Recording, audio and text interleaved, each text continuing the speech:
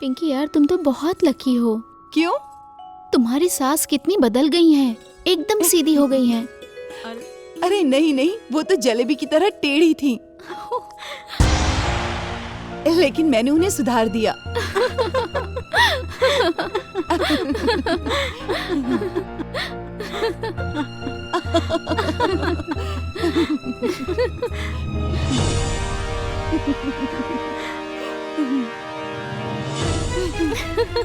अरे ते हमरा के सुधार देली? नहीं नहीं तोरे तनी पावर हो गल कि ते हमरा के सुधार देली? नहीं माँ जी। अरे तोरे पूरे खानदान में इतना नहीं खे पावर कि हमरा के सुधार दे। और तू लोगन हो यहाँ कुछ राई बतियावे आयल हो? हमार सास तो हर सास निकला लोगन जोन तो से नहीं को कपारे पर वो छोड़म ना तो लोगन के भगा यहाँ से जा। का भाई लोग? अरे होई कहतिया कि हमारा के ही सुधार देला।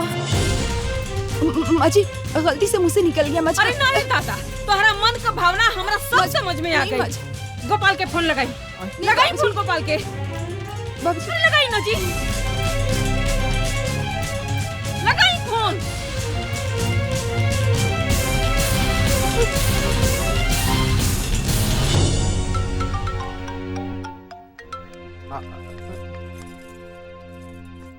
हेलो गोपाल। हाँ भाई। हमार बात ध्यान से सुन। हमार काल टिकट तू कराओ ट्रेन का। तोरे मेहरारू के संगे हमके एक सेकंड नहीं रह के। अरे कहतिया के हमारा के सुधार देलस रे। माई जायदा ना।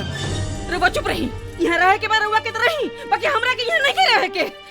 अरे माई हमार बात तो सुन, छोट मोट बात पे ऐसे ना किसी एक टाइम। छोट बात? तोरा के छोट बात लगत रे। हमार काल के टिकट कराओ, नहीं तो घर से हम काल निकल जाए। बस हमरा के यहाँ से जाए के बाद सुन। माई पकड़ी माँ जी, माँ जी।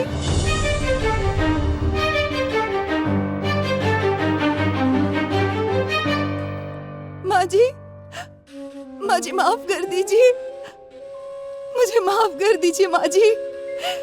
अब गलती नहीं होगी, मुझे माफ कर दीजिए।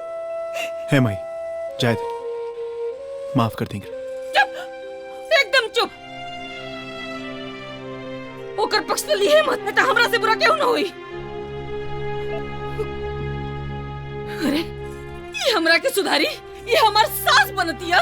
ए जन्म में ये हमार सास बनी, कहतिया कि हम सुधार देनी। ये हमरा के सुधारी रे, एकरा के लाज शर्म नहीं आवत।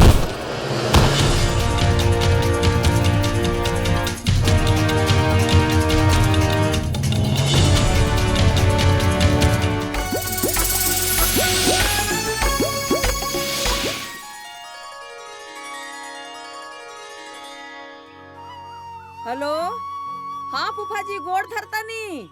अरे हम तूती पर से बोलतनी। 3 दिन से रउआ के फोन धरावतनी है फूफा जी। अरे रउआ का फोन लगता ना रहा, पता नहीं कहाँ धैले रहनी है। अब बेटा के ब्याह तय करतनी ना। एक बात बता ना ना ना ना, एक बात सुन ले फूफा जी, ब्याह से 25 दिन पहले हमरा दुआरी पर आके कुल संभारे के बाद एदा पारी हम कुछ ना सुने बता देतनी। हाँ अरे बहुते बड़का घर है फूफा जी, लड़कियों खूब सुंदर भी है। ना ना ना ना, हम कुछ नहीं सुनल चाहत। के गोपाल के बाबूजी और खटिया उन चतारन जनतन से। और सारा इतिहास भूगोल बताइबू फोन पर। और तेरे फूफा जी का फोन है, बतावा। देखा तेरे ना फूफा जी, देख ऐसा ही बस यह सहूर है। अरे ऐसे कैसे का कहीं ब्याह ऐसे थोड़े ना होला। पहले ना बात होई, चीट होई, तब न ब्याह तय होई। ऐसे तय थोड़े न हो जाई। हमार लड़का तो लाखों में खइया बा। वैसे वो लोग ना बहुत बढ़िया लोग बा, बहुत बड़का घर है। हमहू बता देनी, हमारो बेटवा लाखों में एक है। हाँ अभी देता नहीं, ली बतिया ली उनका से। हाँ ये जवानी, हाँ देता नहीं, बतिया ली। सब इतिहास भूगोल तब बताए दिले बाड़बू, अब का बाकी बाजे हम बतियाई। आय जोन तुमसे रुआ पे ये सब के निकना लगला, यही सब रुआ पर 3 दिन से रुआ से हम बात नहीं करत। जाई हमसे बोलत मत, बता देता नहीं तो मांगे लगल है। सुन ले फूफा, आय अरे बकलोल बेहरारू के हम का समझाई। अरे अबले कुछ भी तय ना भइल बा। आय और हफ्ता भर से पहले ही सबके नोता देतिया। गोपाल से आज बात भइल रहे, देखी कंपनी का कहती है छुट्टी खातिर। आप कितने दिन के लिए जाना चाहते हैं? सर प्रॉब्ली 15 days। ओके, ठीक है, आप एप्लीकेशन लेटर मुझे मेल कर दीजिएगा। ठीक है। Okay, thank you sir. Okay, best of luck. Thank you.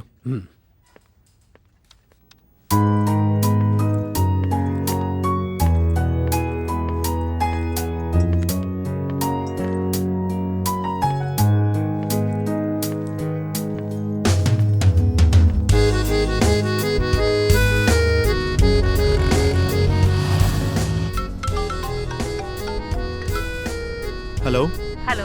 हाँ दीदी आ गई लू। हाँ बाबू, हमरा तो 3 दिन हो गए लैले। ओह अच्छा अच्छा। ए बाबू बुझ लो, खाली हम अपना ससुर से इतने कह देवी कि हमरा भाई के बियाह तय हो गइल बा, 15 दिन पहले ही नैहर जाए। मत पूछो, वो तो हुक्का पानी लेके चढ़ गऊ है। अरे ए दीदी, ये सब बात तो बादों में हो सकेला। बाबूजी से कह दिया कि हमार छुट्टी मिल गई बटे, हम आ जाए। ठीक बा? अच्छा अच्छा ठीक बा, हम बता दे। ठीक बा।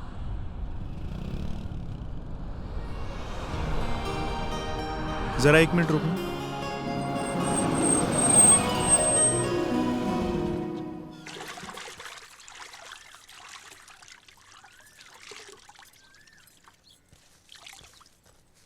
खाली बैठ के मूछ रंगे की बात, 8 दिन में कपड़ा धोवे के निकाल जाता। सुनी, हमहू देखते बड़ी जौन तौन से। अरे तका 8 दिन में ना तका 15 दिन में धोआई। देख ले माई, इनकर आ हमरा ससुर के नु एकदम एक के लक्षण बा।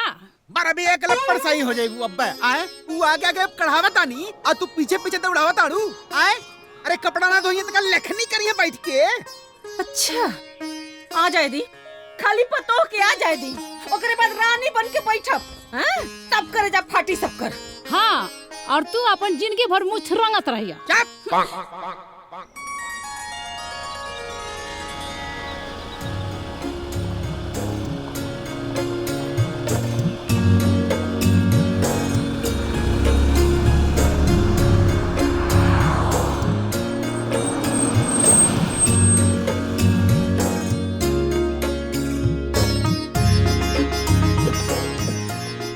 अरे गोपाल बेटा,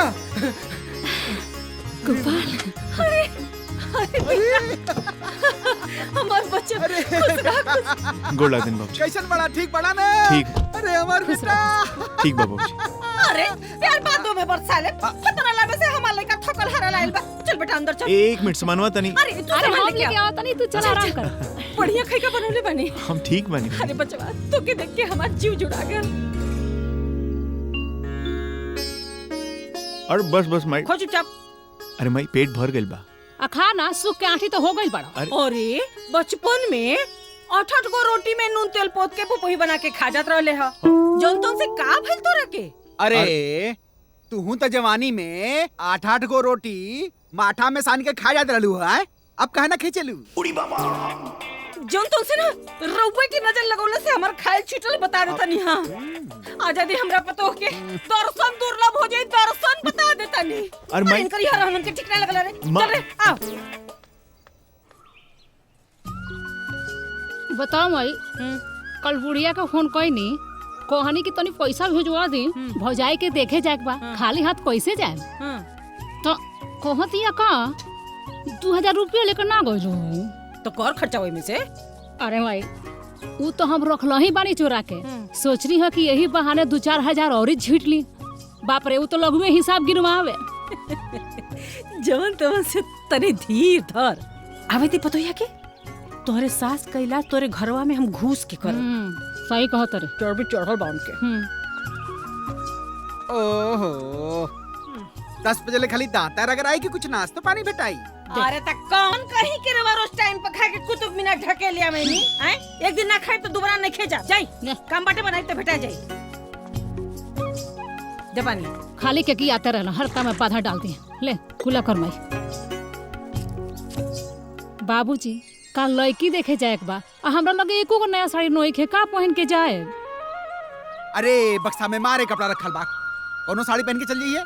अरे वो तो सब पहन चुकल बानी, उहे साड़ी पहन के जाए। दोबारा ना पहन सकेले? ना पहने, नया साड़ी चाहिए। नया साड़ी चाहिए। लाट ए साहब जी भी हैं। सुनी, हाइल एकरा के प्रेस कर ले, यह बहन के जाए के बाऊ। प्रेस? हम प्रेस करब? मने कि हम कपड़ो धोई और प्रेसो करके दे जोन तोन से, हैं? प्रेस कर ले, नहीं तो चुंगुरले बहन के जाए के पड़ी। ऐसे कैसे चल जाई? हम आप लोग खातिर बढ़िया बढ़िया कपड़ा कीन ले बनी। कपड़ा लियल बड़ा।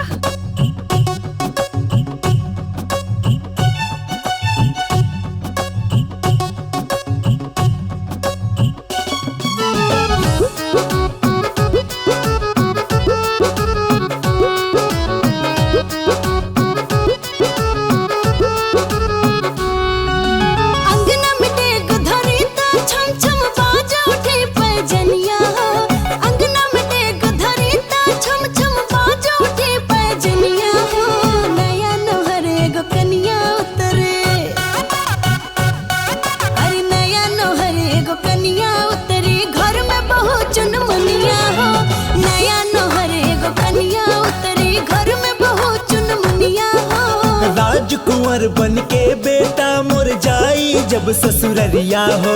राजकुंवर बन के बेटा मोर जाई जब ससुररिया हो। मुझका के टाइट समधी बना, अरे मुझका के टाइट समधी बनब बान्हब ऊंच पगरिया हो। मुझका के टाइट समधी बनब बान्हब ऊंच पगरिया हो।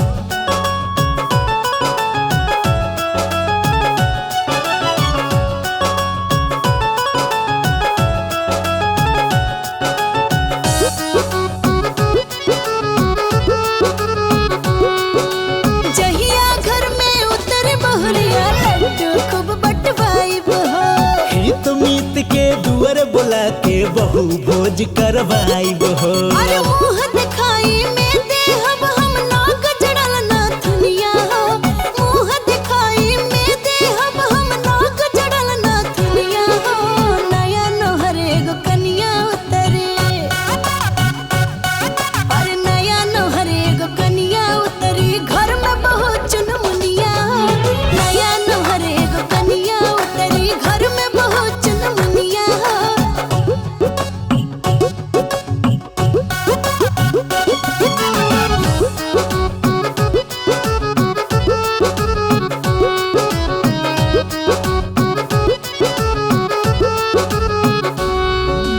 घोड़वा दबा के जाइब घरे, धीरे से घूंघट उठाइब हो।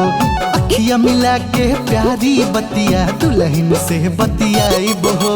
प्यार करे में उनके संगवा कह दे हब भोर हरिया हो।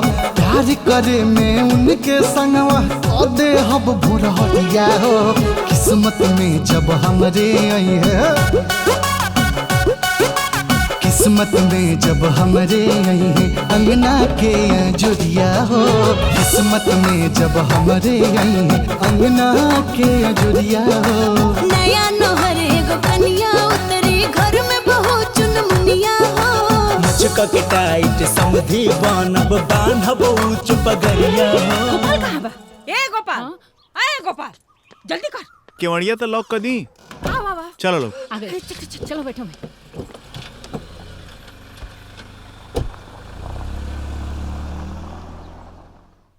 हावे में तो कोनो तकलीफ नहीं के भइल ना? अरे ना, एकदम सीधा रास्ता रहल।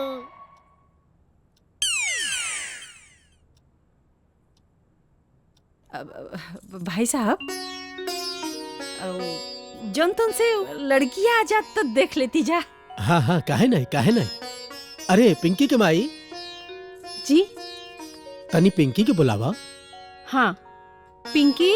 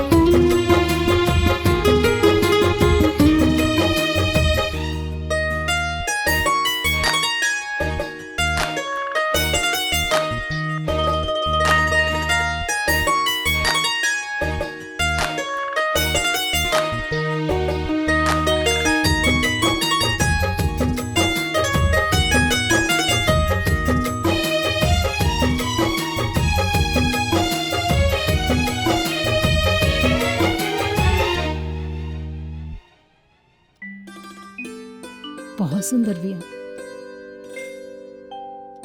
हाँ नीक जौन बाड़ी। से बड़ी सुंदर बाड़ू।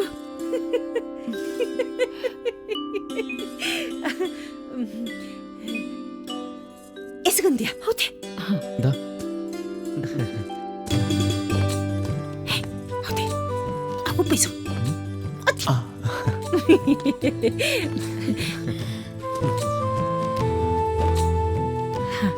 तरा खातिर ले ला।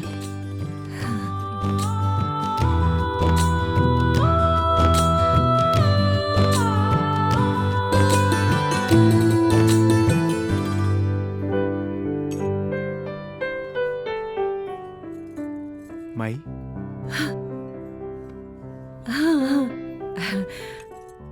हाँ खा खाई। खा बच्ची बढ़िया। देखिए हौ है एगो बिटिया बाड़ी अच्छा अच्छा। आ हौ हमार दामाद। हाँ आ ये दोनों जने के बीच में हई है एगो सार बाड़े। हमरे गौवा में निरंजन बाबू का दम था। अपने सारे के बराती में जब गए ना हाँ तो ओके जनतन से माड़ भात खियौनी अंगूठी मिलल रहे।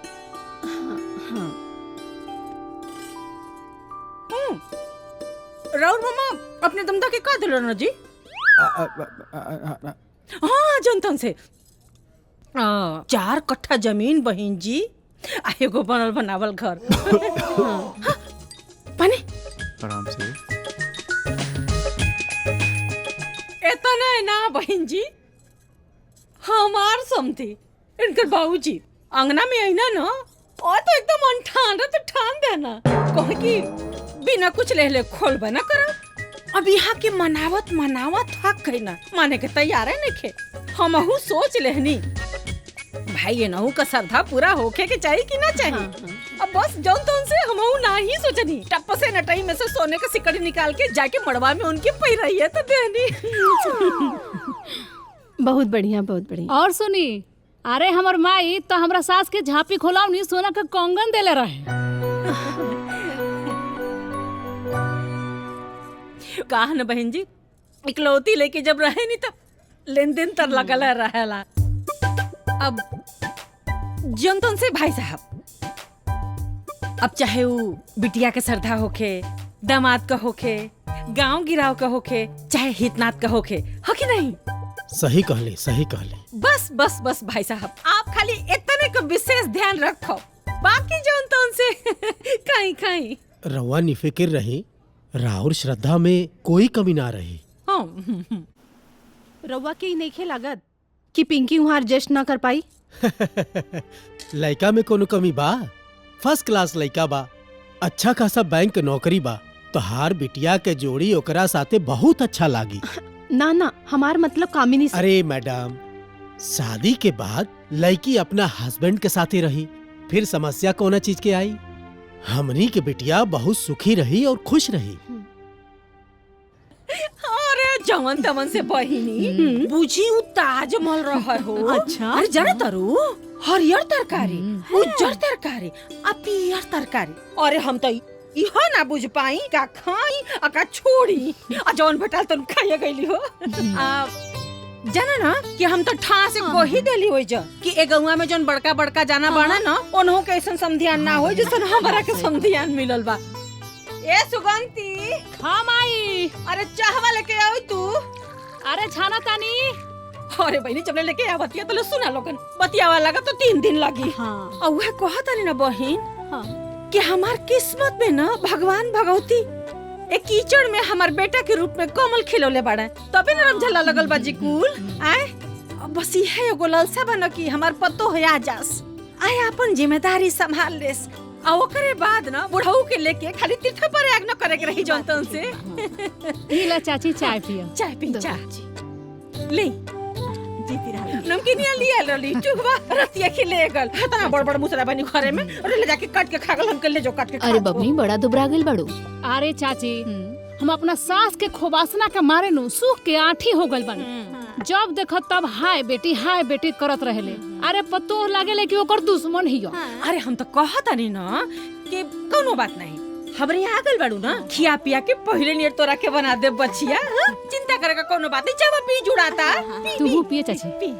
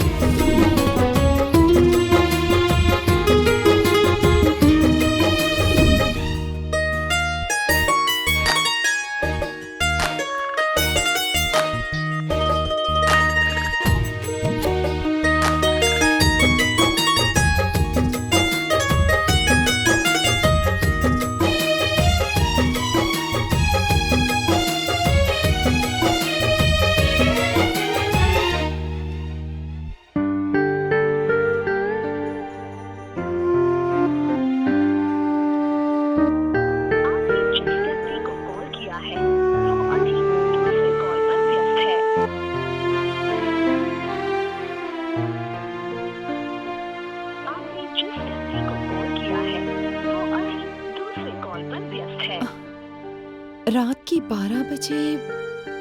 इतना रात के बिजी बा? देखती हूँ कैसे नहीं बात करेंगे।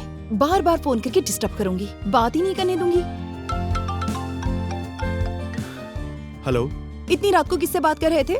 मैं भी आपसे यही पूछना चाह रहा था कि इतनी रात को आप किससे बात कर रही थी? मतलब कि मैं आपको कॉल कर रहा था और आपका फोन बिजी आ रहा था। ओह गॉड, हम दोनों एक दूसरे को ही फोन लगा रहे थे। अच्छा, मैं आपसे अकेले में मिलना चाह रहा था। कल शाम को 4 बजे आप दुर्गा माँ के मंदिर में मिलेंगे मुझसे? नहीं, मैं नहीं मिल सकती। क्यों? शादी से पहले मैं नहीं मिल सकती। लेकिन सॉरी।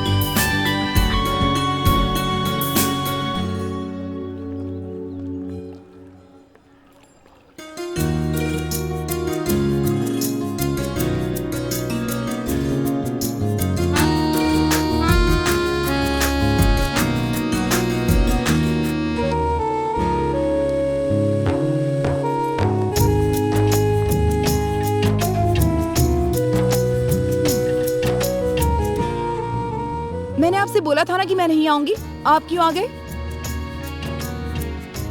जब आपने बोला था कि आप नहीं आओगी, तो आप क्यों आ गए?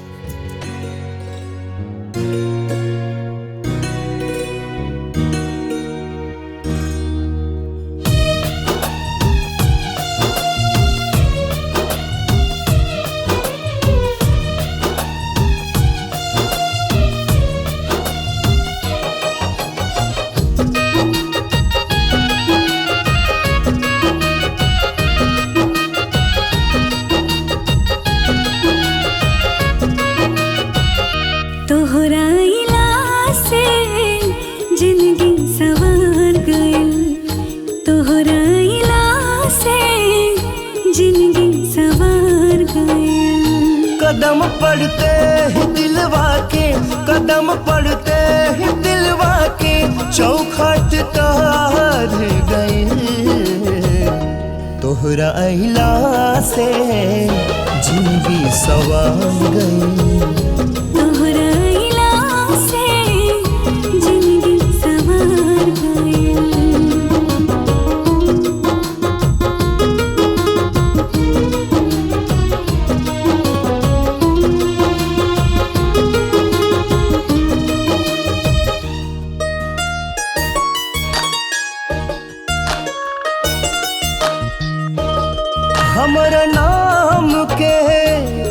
पहचान हो गई लूं, अनजान से तू जान हो गई लूं।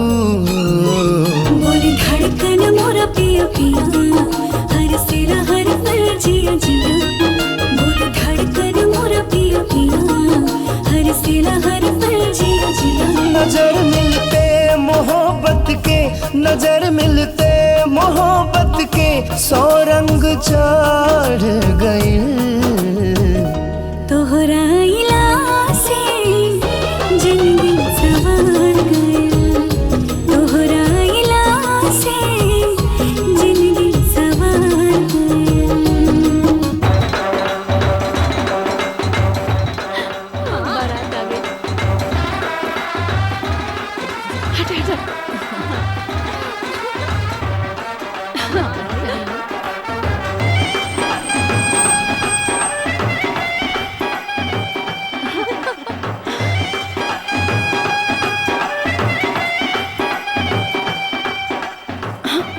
जा देखा पिंकी तैयार हो गई।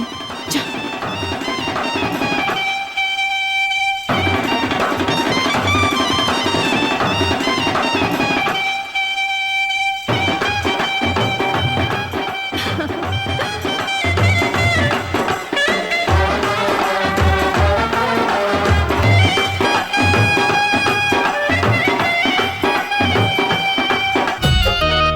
नजर आवेला जहाँ तक जाए नजर, तोहरा बिना अब ता न होई गुजर। छोड़ी हाना कब हो साथ पिया, जिधाली हला तो हाथ पिया। छोड़ी हाना कब हो साथ पिया, जिधाली हला तो हाथ पिया। साथ जी अब मरब तोहरे, साथ जी अब मरब तोहरे, दिल वादा कार गए। तोहरा इला से जिंदगी सवार गए, तोहरा अइला से जिंदगी संवर गई।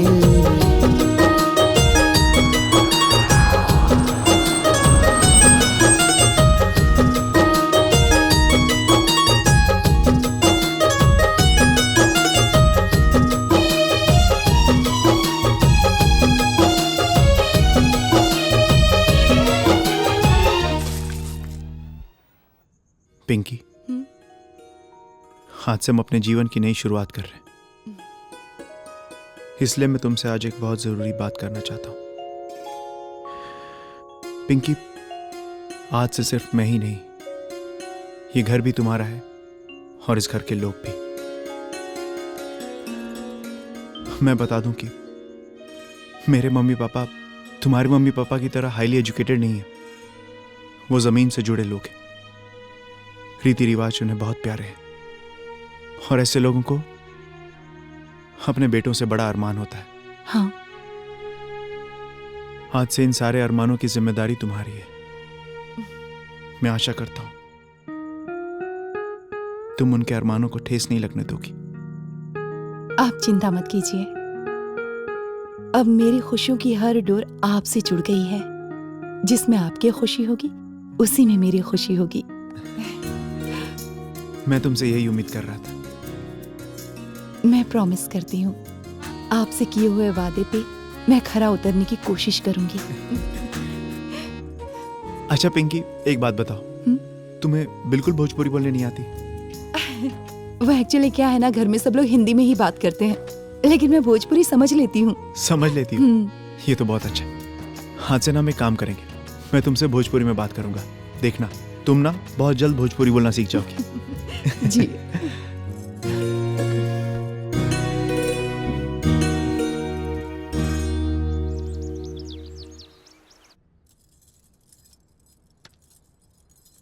ए बेटा, हाँ मई, हाउ टेंट वाले का पैसा बा?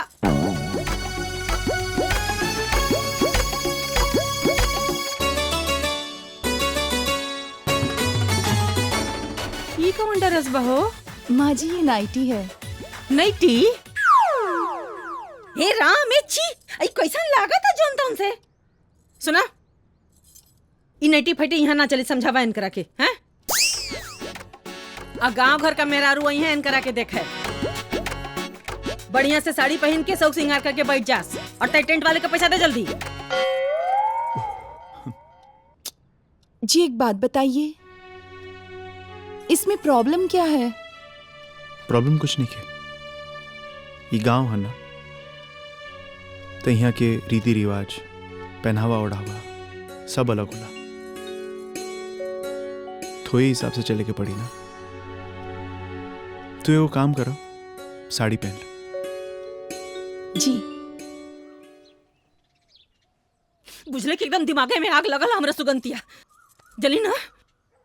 और जब बिटिया बना के रखा कर तो काहे के बियाह कइना लोग आए उहेन तो हमार बिटिया है 5 पास करौले तोरा के तना कब हम नेटी पहिरौले ना कबहू ना पहिनी है जनतन से इज्जत होए आयल है। ए चाची, भाभी के मुंह ना दिखेबू का? ताला मार के रखले है उनके मुंह में ना। जा देख ले लोगन, जरे देखा दे जनतन से। चला लोगिन, चला चला देख लिए तनी का है पहिन ले ओढ़ ले। हाँ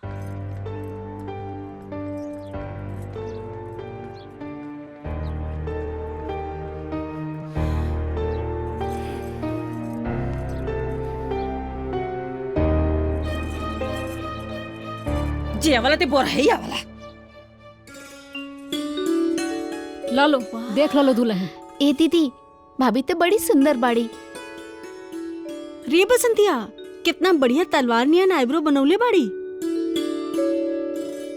एमे के सेम लिपस्टिक हमो किनले बानी, लेकमे के बनाई। ए जनतन से यहाँ लोगन दुल्हन दिखायल हो कि लिपस्टिक दिखायल हो आए।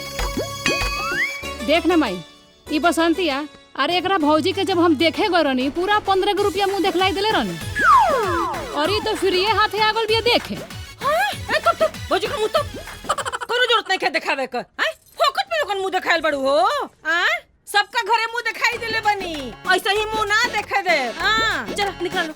चल रे, ना दिखाइए तो ना दिखाए। हाँ जा लो, जब आट जाई तो लेके आई हो। अब बताई बाबूजी, बियाह के 1 महीना पहले से इज्जत धारणा देले बाड़ी हैं, अब तो बियाहो बीत गई। घरे जाके कहतनी तो कह तरीका कि रोड़ा माई के मुंह देखल नहीं चाहत हम। ए बाबू सुना, हाँ इहो अपने माइया पे गइल बिया। जात रहनी 7 दिन खातिर और आवत रहनी 7 महीना बाद। जनतन से की कर शिकायत करतनी जी। हमार हिम्मत बा तो हर शिकायत करी। हाँ। देखने माई ई दोनों जना मिल के हमरा के यहाँ से भगावे के चक्कर में लागल बालो। अरे के कर हिम्मत हो गइल हो हमरा बेटी के यहाँ से भगावे का? वो हमरा बेटी के जनतन से आए। बताओ ना माई, तोनी भर चलता इन तो लागत है हमार हाथ और गोड़ झिनझिना है। और यहाँ के बानी, यहाँ के तो हमरा हाथ कोनो माया नहीं खे, जब देखो तब हाय माय करत रहिले। जनतन से कोनो नौकरानी नहीं के भेजले रवा के घरे हैं? ओकरा घर द्वार नहीं के का? अरे 20 साल से रानी बना के रखले रहनी ना। जाई हमार बेटी जा। मुंह का देखा ताड़ा, फैसला हो गइल।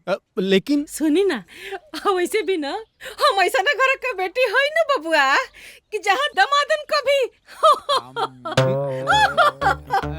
कुटाई होला। विश्वास के तो पूछ रही अपने ससुर से। नहीं मैं पूछे कौन बात बा, तो ठीक बा 15 दिन बाद हम आमीन का के ले जाए खातिर। अब वैसे भी ना बाबू, नहीं भौजाई आइल बिया, बढ़िया बनाई खियाई तो देह सिहराई है ना। ओकरा बाद हम विदाई फाइनल के देब। और वैसे भी हमार पतो काल चूल छुए वाली बिया। अब ताकत का बानी जाई, बैग उठाई जा।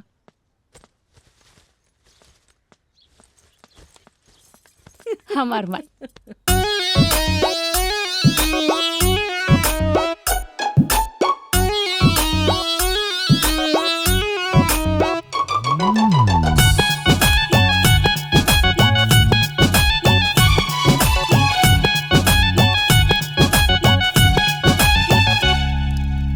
भर गइल घर हमार, पहले रहे जे खाली।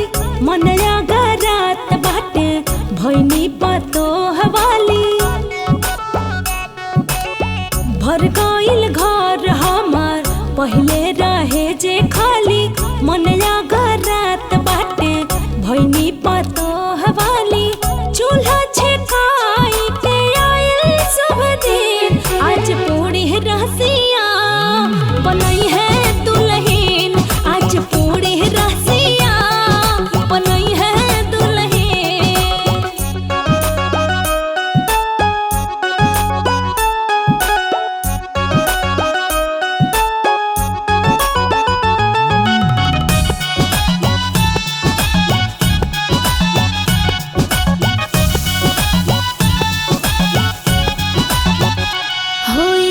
पछताई तब ही खाना भेटाई।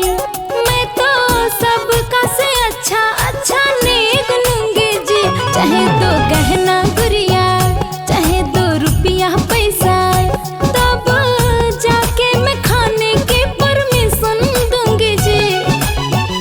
बैठ के देखब सब बन के मलकिन, आज पूरी रसिया बनई है दुल्हन, आज पूरी रसिया बनई है दुल्हन।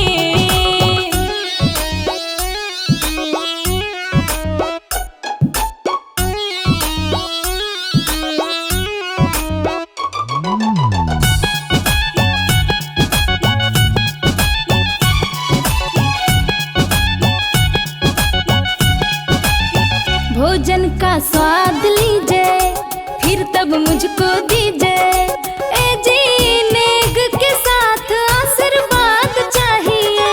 आज बहू का दिन है, मिठाई और नमकीन है, सुनिए लास्ट में मिठाई खाइए तब जाइए। लागे पतोहिया हमर बड़ा किसथिन, आज पूरी रसिया बनई है दुल्हन, आज पूरी रसिया बनई है दुल्हन।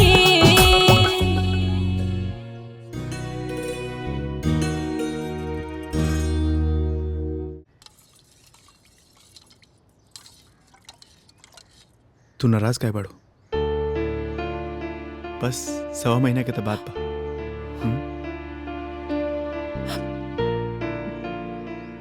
एक लड़की जब पहली बार अपने ससुराल में आती है तो उसके पति से ज्यादा क्लोज उसके कोई नहीं होता है,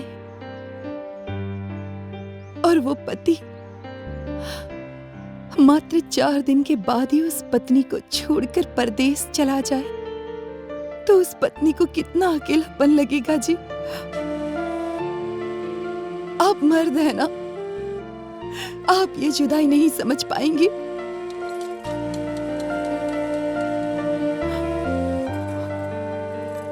हम ना समझे, हम सब समझता नहीं, लेकिन यो तो तहरे घर। हाँ, उनका बात के दिल पे मत लिया। हाँ, खुश रहला से सब कुछ सही हो जाला। देखा, तू ज्यादा अपन ख्याल रखियो, हम आई के भी।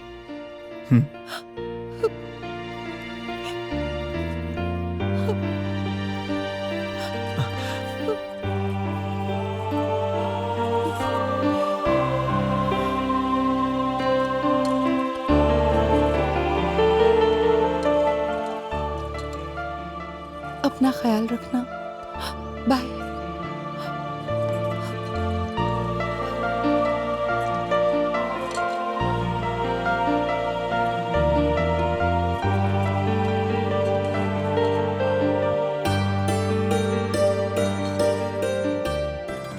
चल तनी, खुश रहा, अपन ख्याल रखिया। तू अपन ख्याल रखिए। मैं चल तनी दीदी। खुश रहा।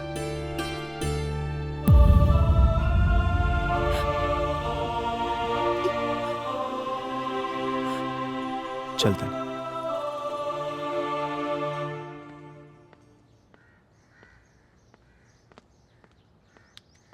चलते नहीं बाबूजी।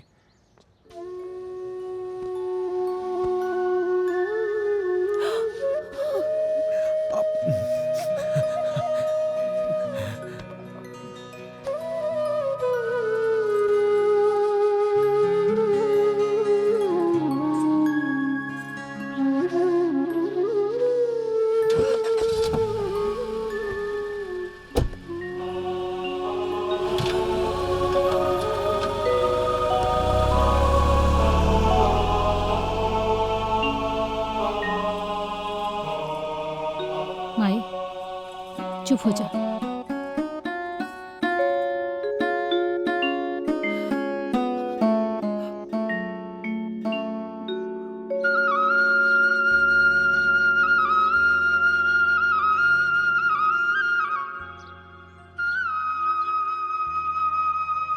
बाप रे, हमार कपार बथता। इतना बता था कि का बताएं हे भगवान, का बताएं, कोनो दवाइयों काम नहीं के करत। दिन भर ऐसे ही घूमत रहबू तो का होई? ज्यादा चिल्लाई मत। ए सुगंतिया, तनी चाय बना के लिया। का जाने काहे कपड़ा बहुते दुखाता, तनी चाय पी ले तो का जाने आराम मिल जाए।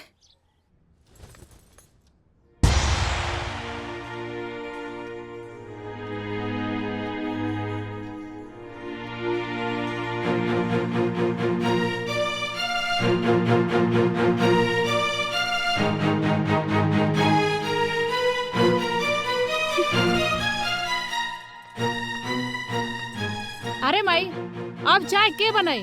तहार पतो तो गोपाल के वियोग में सूतल बाड़ी। अरे वो सुतल बिया तो तू बना द। काहे बनाई?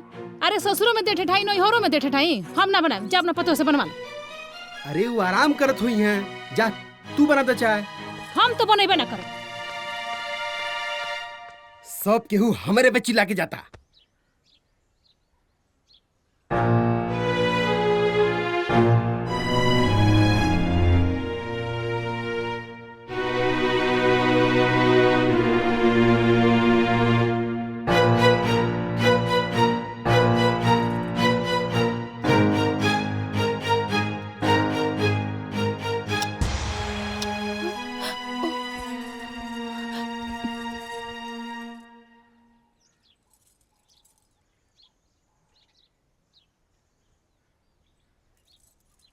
अरे पहले पी लेती फिर करिया करती जौन तो उनसे बात।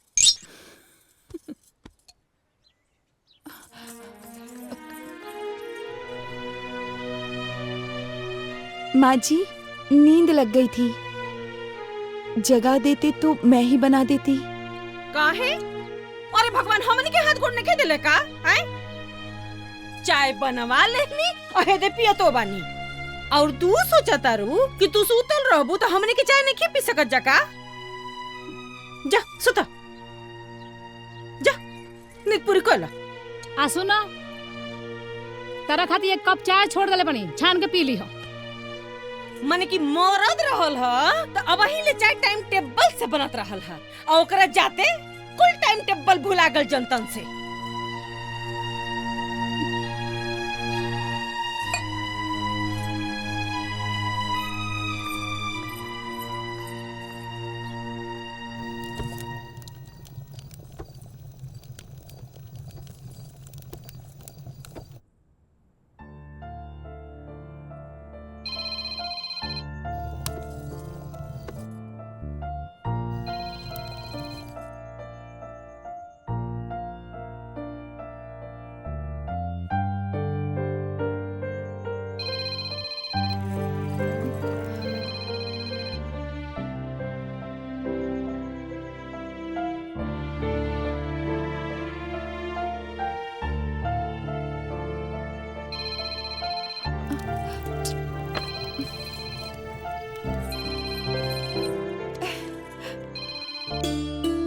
नमस्ते जी। नमस्ते। कैसन बाड़ू? जब से आप गए हो ऐसा लगता है मेरा कुछ गुम हो गया है, किसी चीज में मन ही नहीं लगता। मन तो हमरो नहीं लागत, पर का कइल जाओ।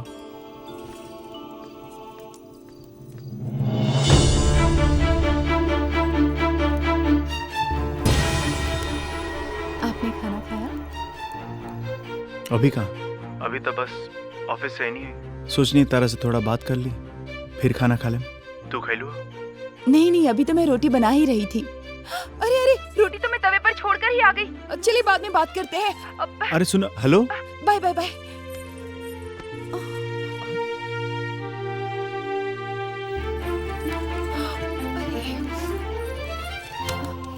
माँ जी हटिए, मैं बनाती हूँ। ना अब तू जा, हम बना ले। जा जा आराम कर। माँ जी, और हम कहता नहीं तो तोरा समझ में नहीं खे आवत। आए जा, तू अपन काम पूरा करा, रोटी बन जाएगी। माँ जी प्लीज हटिए ना।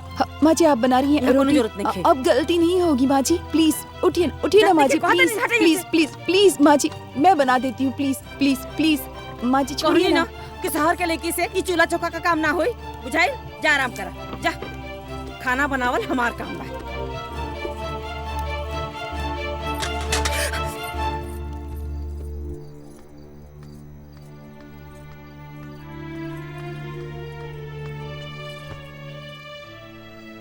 लोग लड़का का ब्याह करना सुखे खातिर, हमरा तो किस्मत में सुख है ही ना जौन तौन से।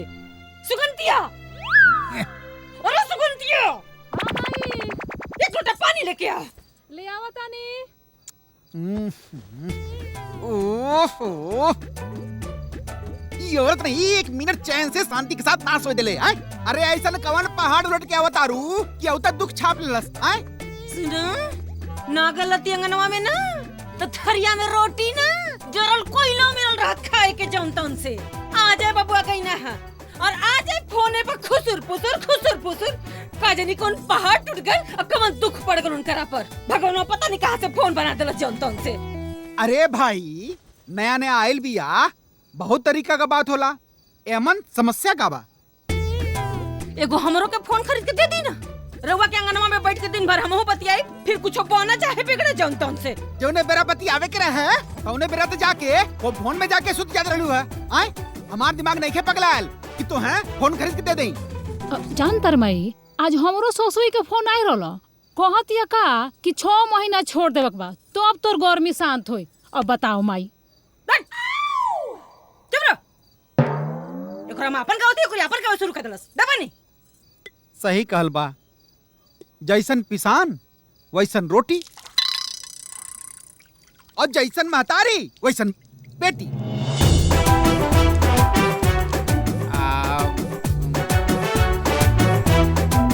चला सुत्ता प्रभु। अरे बाप रे,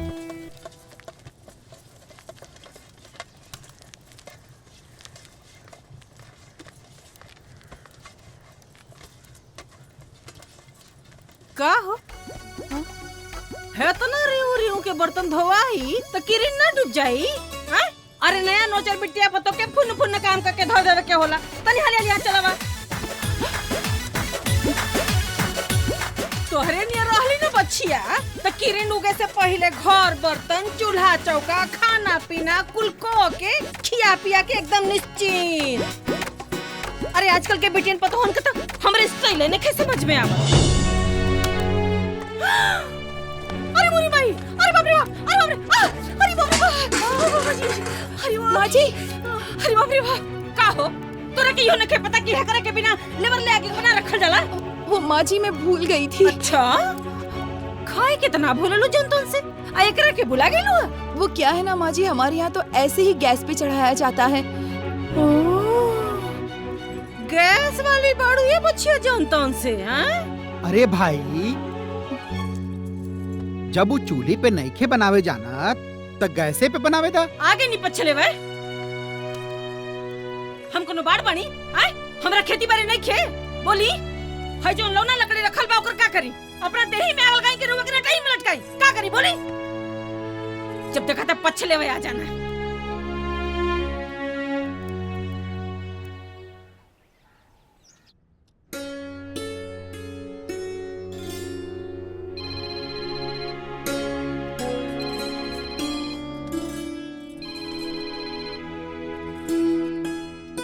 हेलो, क्या करता रू? घर का काम और आपको याद करने के अलावा और दूसरा क्या काम है मेरे पास? आप क्या कर रहे हो? हम ऑफिस। अच्छा, कब आएंगे? अरे अभी तो कुछ दिन भइल बाइला। ऐसा लगता है कि बरसों हो गए आपको गए हुए। अच्छा, माई बाबूजी के का हालचाल बा? कहाँ बालो? शायद बाहर होंगे। ओ, और खाना खैलू? अभी तक नहीं। का अभी तक खाना ना खैलू? जा तू पहले खाना खा, बाद में बात होई।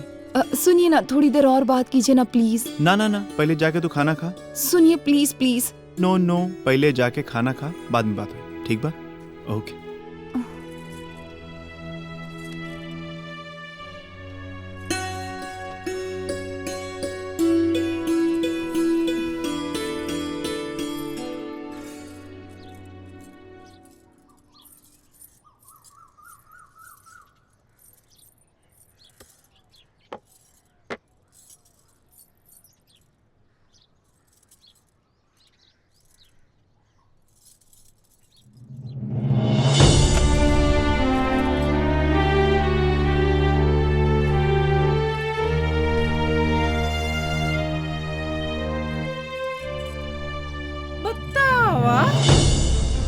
अब एक घरे में ई दिन आ गइल बा कि मेहरारू का जूठा मर्द लोग खाइए जौन तौन से अतनो नहीं खे ज्ञान कि पहले मर्द मानुस खा लेना ओकरे बाद मेहरारू खानी सन। बताओ माई, हम अपना ससुरा में पानी पीकर रह जाइली, लेकिन अपन ससुर आ तोरा दामाद के खाए से पहले आज तक ले नहीं खइले। बिटिया तो संस्कार के बात होला ना, हम तोरा कैसन संस्कार देले तो तू ऐसन काम करेलू। एकर माई बाप के ऐसन संस्कार देले हुआ ऐसे ही ऐसन काम करतिया ना। हमरा के तो लगत ना कि एकर मतरियो बपवा ऐसने बना जनतन से। माँ जी गलती हो गई मुझसे, इसमें मेरे माँ बाप को घसीटने की क्या जरूरत है। हमारे यहाँ जब जिसको भूख लगती है वो खा लेता है। मुझे यहाँ का रिवाज पता नहीं था, इसलिए मैंने खाना निकाल लिया। इसमें कौन सा पहाड़ टूट पड़ा माँ जी?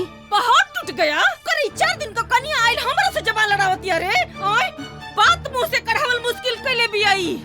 मुंह से बोल देली तो जबान सिबीते हमार, सिबीते जबान सिवाई तोरा के। अरे फोन मिला ओकरा के बताओ तनी तोरा के हम धर माई फोन लगा दे।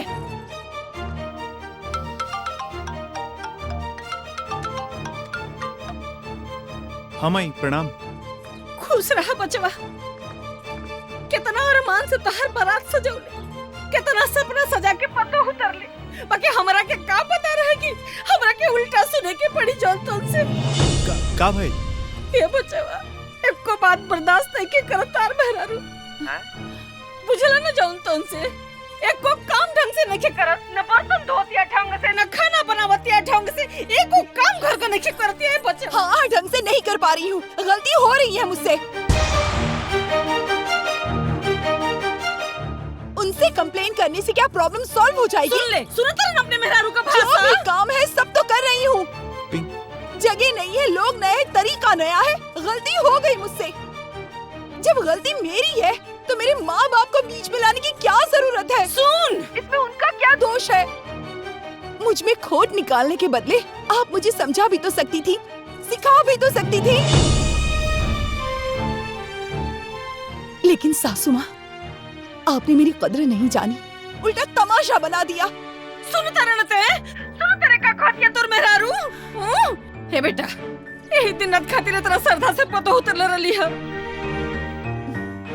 हमरो सास रही है घरे में, हमरो आवाज क्यों सुन लो है गांव में तो बतावा। हमार बात सुन, अब तोर मेहरारू हमरा से एकदम बर्दाश्त नहीं हो। तू आज के आज आओ और अपन मेहरारू लेके जो यहाँ से। नहीं चाहिए हमरा कैसे पतो है दादा, नहीं चाहिए। अरे माई हमार बात। अगर आपको मुझ जैसी बहू नहीं चाहिए तो मुझे भी आप जैसी सास नहीं चाहिए। तो जो यहाँ से। हाँ हाँ जा रही हूँ। हाँ तो जो यहाँ से। हाँ अरे जाना और चट का बाड़ू।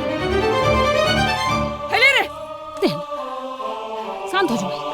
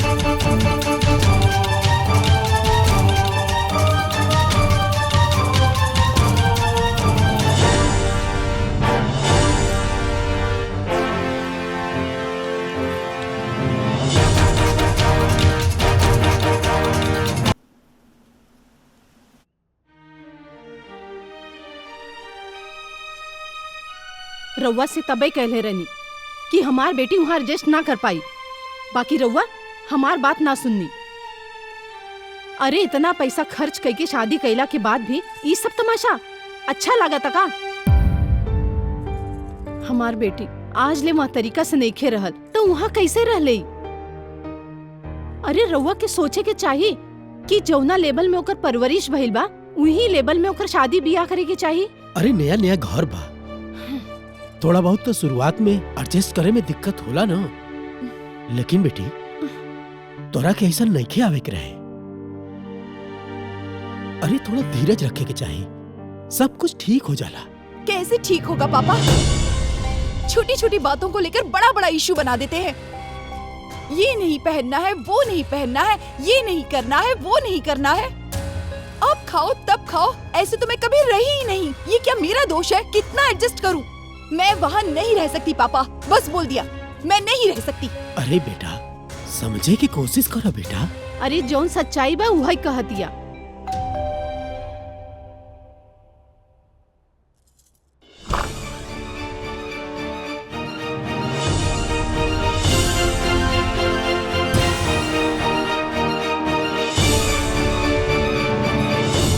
आपको सारी बात मालूम है ना, फिर भी आप कह रहे हैं कि मुझे ऐसे नहीं आना चाहिए था। बिल्कुल बोले, तू सिर्फ हमार घर छोड़ के नहीं क्यों आई, अपन ससुराल भी छोड़ के आइल बड़ो। आज जब भी कोनो पतो अपन ससुराल छोड़ के आवेले ना तो सिर्फ शिकायत होला। अच्छा, सब गलती मेरी ही है। बात गलती के नहीं के, सोच के बा, दोनों आदमी के समझदारी के बा। यानी सारी समझदारी मुझ में ही होनी चाहिए। पढ़ल लिखल तो तुम्हें बड़नू। पिंकी, जब बात परिवार के प्रतिष्ठा के होला ना तो ये सब मन मुटाव, वाद विवाद, ये सब से रिश्ता खाली बिगड़ेला। आ परिवार के समेटे के जिम्मेदारी तो तोहरे रहे ना, भुला गेलू? बेटी हाँ?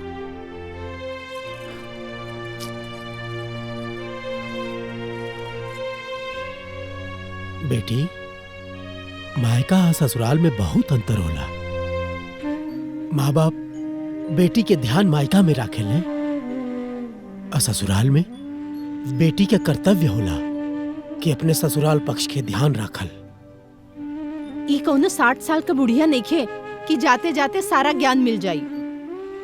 त सिखौले का बाड़ू, तारा के पता नहीं खे रहे कि हमार बेटी एक दिन केहू के घरे के बहू बनी। पापा, ये सब बात के अब कोनो फायदा नहीं के।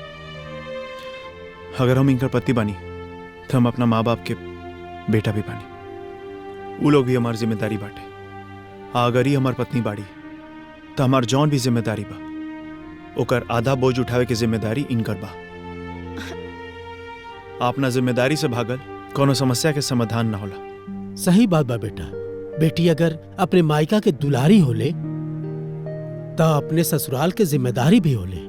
आप सही कह रहे हैं पापा, लेकिन पहल तो दोनों तरफ से होनी चाहिए ना। मैं अकेली ही कितना मैनेज करूं? बात मैनेज करे के नहीं के, ई कोनो ऑफिस ना हा, घर हा। हाँ, परिवार जज्बात से चलेला। सास बहू के लड़ाई कोनो नया नहीं के, हर परिवार में होला। लेकिन समझदारी ये में बाटे कि साथ में एक दूसरा के समझ बूझ के रह के। तो फिर मुझे क्या करना चाहिए? पिंकी, हमार माई पुराना ख्यालात के बड़ी, अपन जिंदगी हमेशा ऐसा ही जियता बड़ी। अभी तहार जिम्मेदारी बा, या तो तू उनका ऐसन बन जा,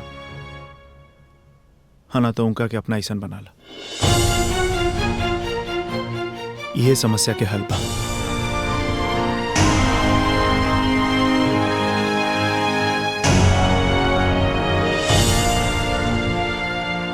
कितना अरमान से पता उतरले रहली, कुल माटी में मिल गए।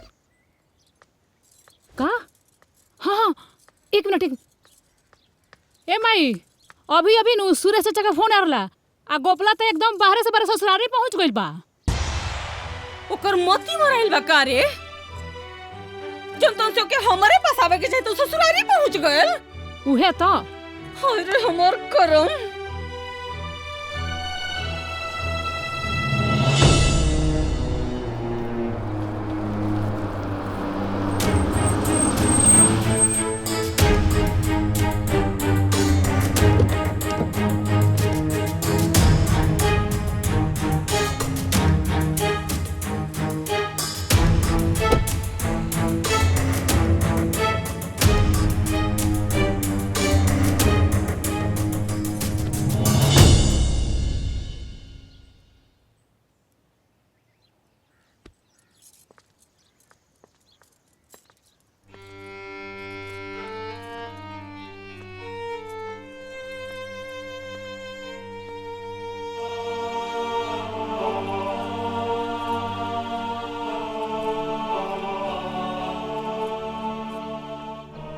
गोड़ लगा देनी माई। खुश रहा।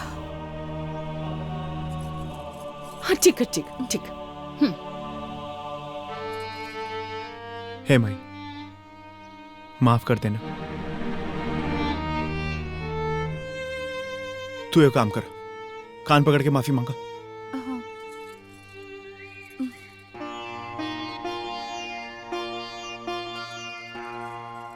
हे माई, अब तो माफ कर दो। हम क्या होला माफ करे वाला जौन तौन से? तो 3 में ना 13 में जासो, जौन तौन से जासो। माँ जी, मैं भी आपकी बेटी की तरह ही हूँ, माफ कर दीजिए ना। अरे जाए दा, मान जा। रउआ दिमाग मत धनकाई। हटा यहाँ से एलुआ तेल लगावे भाई का। माँ जी माफ कर दे। माई, आई नहीं भाई का पालिश लगावे हमरा के। पालिश कर नहीं हमसे। अरे बेटा, ये ऐसा नाम नहीं है, इनके हमार वाला उपाय लगावे के पड़ी। क्या करूँ?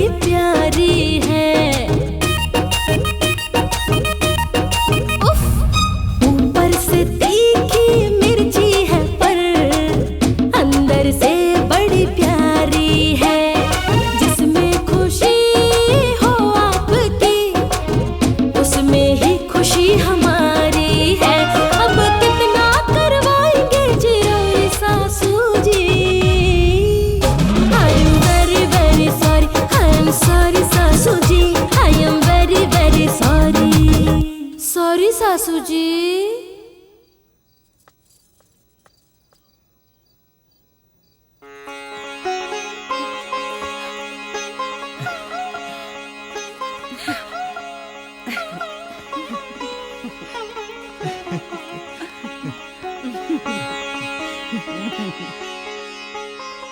चिंता मत कर, हम जल्दी शहर से आए और औतत तो रखे बोलाई। हाँ माई, 2-4 दिन बाद चलो, ढेर दिन मत रहिए गोपाल के लगे।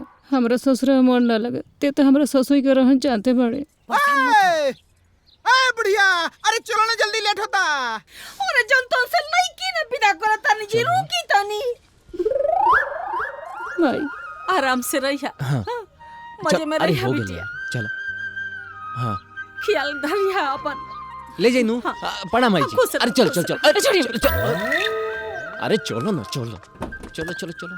ठीक से रहिए। हाँ एकदम ठीक से माई। रहिए, एकदम ध्यान रखम। चलो घुसको घुसको घुसको अब तो घुसको 100 घुसको अंदर घुसको बैठो। अरे भैया चलो जल्दी चलो, ले चलो। ख्याल रखिए। माई जल्दी आ जाई है। जल्दी आए।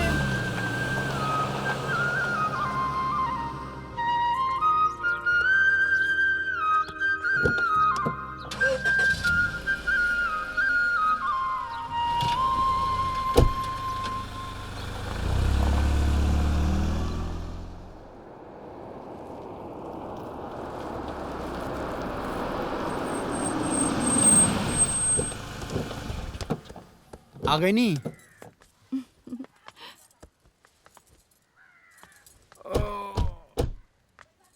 का भेल बाबूजी, थाके नहीं का? अरे बेटा, हम तो सो गल रहनी। अच्छा है। देख के देख के देख के महाराज जेबू हाथ में फूट जाई।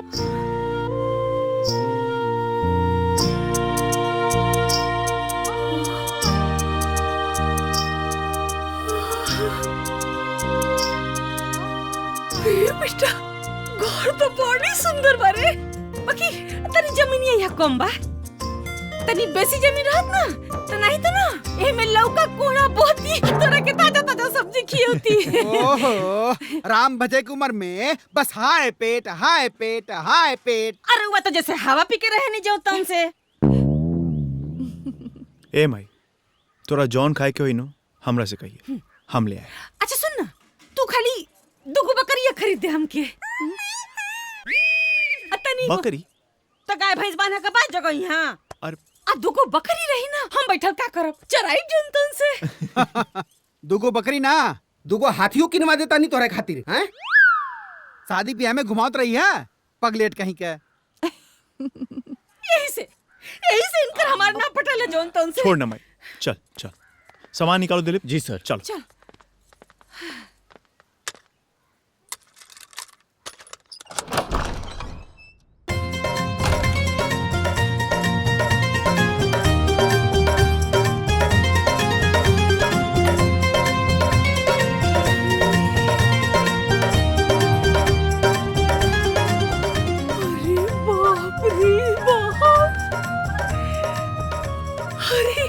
अरे बेटा, ई घर की मोहन रे। अरे ऐसन तो हम खाली टीवी में देखले रहलिए जंतन से। माई, अब हम तारा के तहार कमरा दिखाओ तनी। चल चल। माई, ही तोहार कमरा। हाय बाबूजी। अरे वाह, कैसन लागल? बहुत अच्छा बेटा। आओ पिंकी, हम तोरा के तहार कमरा दिखाओ तनी। ठीक है। गोपाल कमाई साचो, गोपाल जैसन लड़का भगवान सबके दे। सच में है ना? हाँ। सपना साकार कर देना वो।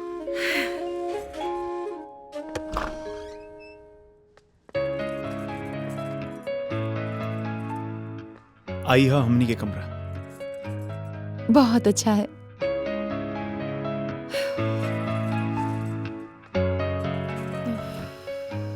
बहुत थक गई जी।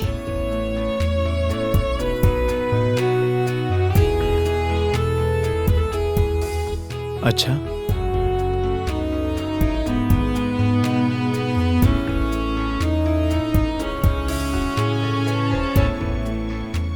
आओ तहार थकान मिटा दी। अब तो मैं साथ में ही हूँ, फिर इतनी बेचैनी क्यों है जी? जिकर मेहरारू इतना सुंदर होके ओकरा बेचैनी कैसे न होगी? छोड़िए, मुझे सब सेट करना है। पहले हमनी के सेटल हो जाएगी, बाकी बाद में सेटल हो जाएगी। जरा रुकिए ना, राहत हो जाने दीजिए। हाँ, रात के बाद रात में हुई, दिन के बाद अभी कर लिया जाओ।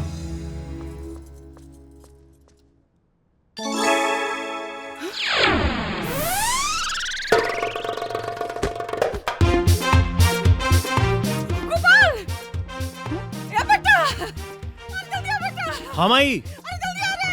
अरे बाप रे बाप, बेटा हो गया, जल्दी आ रे बेटा, अरे आ रे यार। का भाई?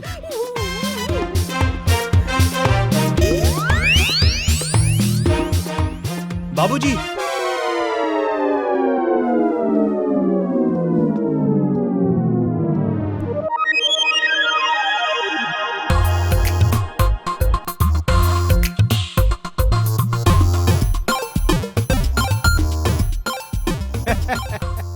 ये बेटा मुंह में से ना भक भक भक भक आग फेंकत रहल है तो ठंडा ठंडा हवा लेत रहली है। अरे बाबूजी, रोवा गर्मी लागत रहे तो एसी चला लेती। वो फ्रिज है, ओमे खाए पिए के सामान रखल जाला। बच्चवा, सहूर का ठिकाने ना और बने के बाद ज्ञानी जनतन से। चलनी हंसत या सूपे पे। अब जहाँ जाना वही जाना, रख मचा के रखा ना।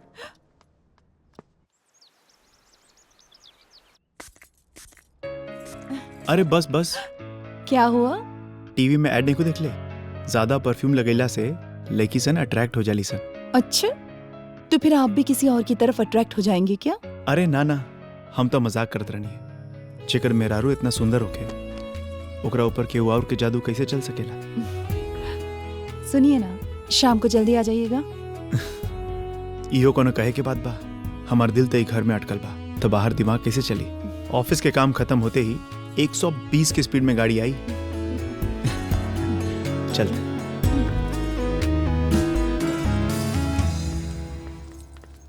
तोहरा चानी बा, रोज सवेरे बैठ के ठाट बाट से खींचताड़ू। अरे तो रहुआ के पेटे में काहे दर्द होता है? माने कि हम लड़का के ब्याह से पहले हो काम करी, अब पतो लेला के बाद काम करी जनतन से। मुझे रंगी माछी बैठती चाह में पी। माई, हाँ बेटा? चलता नहीं ऑफिस। अच्छा, ठीक तू बा? अपन ख्याल रखिया और जल्दी घर आइया। हाँ। जा, टिफिन देलू हो? जी। अच्छा। लइका ना बा, बड़ा हो गइल बा।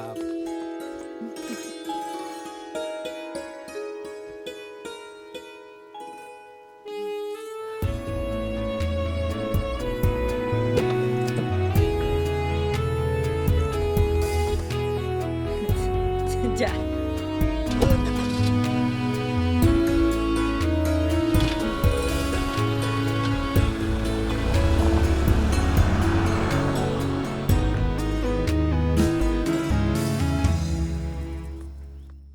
हम लोग आपके बगल में ही रहते हैं, हमने सोचा नई पड़ोसन आई है तो जाके मिल लें। अरे बहुत अच्छा किया जो आप लोग आ गए। अगर अगल बगल में रहना ही है तो एक दूसरे से जान पहचान होनी ही चाहिए। हाँ बिल्कुल। मैं अपने पड़ोसी से जब तक दिन में 2 बार बात न कर लूं, मेरा खाना ही नहीं हजम होता है। मेरे हस्बैंड इस चीज के लिए कितना टोकते रहते हैं, लेकिन मैं भी कह देती हूँ कि आप हस्बैंड हैं और मैं वाइफ।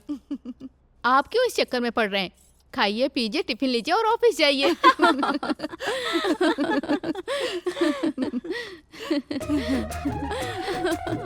क्या होता हो?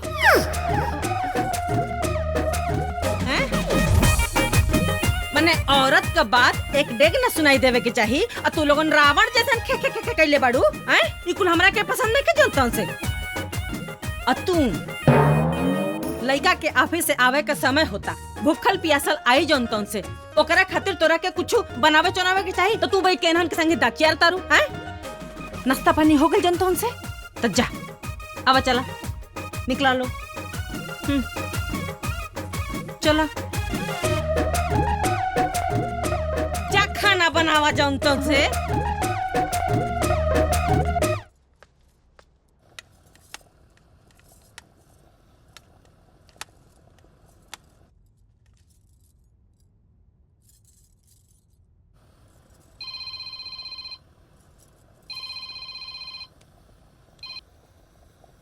हेलो जी मम्मी प्रणाम। खुश रह बिटिया, सब ठीक तो बा ना? हाँ मम्मी, सब ठीक है। और समधीन जी कैसन बाड़ीन? वो भी ठीक है। देखा बेटी, ठीक से सूझबूझ के साथे रहिया, पिछली बार की तरह कुछ भी मत बोल दिया, और बोले से पहले सोच समझ के बोलिया। जी मम्मी। अच्छा मम्मी, मैं खाना बना रही हूँ। वो आने वाले हैं, हम बाद में बात करते हैं। ठीक बा। ठीक है मम्मी जी।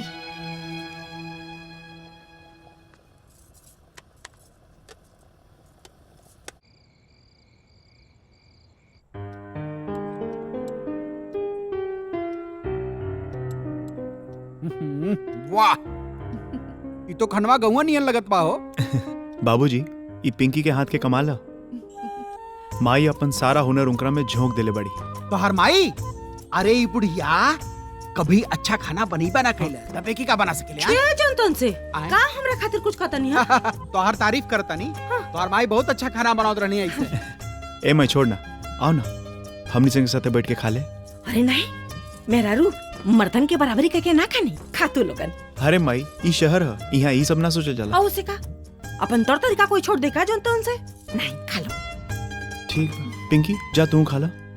नहीं, आप बाबूजी के साथ खा लीजिए, मैं माँ जी के साथ खा लूंगी।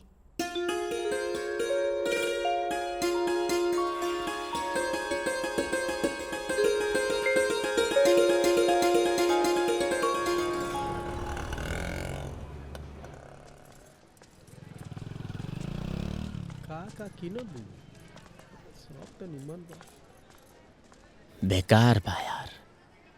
अच्छा ना, चला ठीक नहीं। चलाओ। अरे माँ जी, ये देखिए ना, अच्छा है ना? ठीक नहीं खे जाए नहीं। भाई कितना को? 10 रुपया। लूटा तारी। चलाओ। चलिए। हाँ देखा, ये अच्छा है ना? दे दे। 4 रंग का है। अरे रे नीका, अरे नहीं माँ जी, कुछ नहीं है। अच्छा लग देखा। हाँ? नहीं, अच्छी नहीं है। अच्छा हाय देखा, एकदम चमकाता है।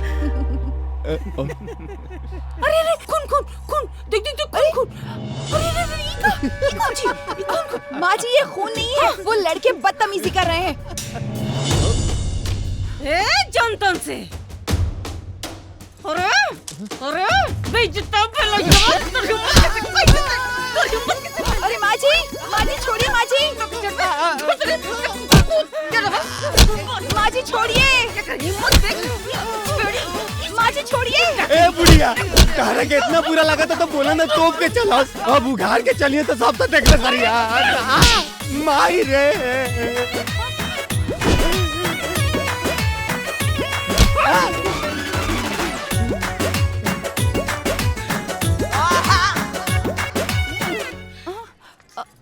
माँ जी। का भइल हो? हर बात जानल जरूरी बा का? चुप रही जनतन से। सुन, जाके सलवार समीज पहन के आओ। अरे कपड़ा बनावल है तन ढोपे खातिर। आगल कोई से कपड़ा के जे में तन उघार होके हैं? सलवार समीज पहन के आओ जो।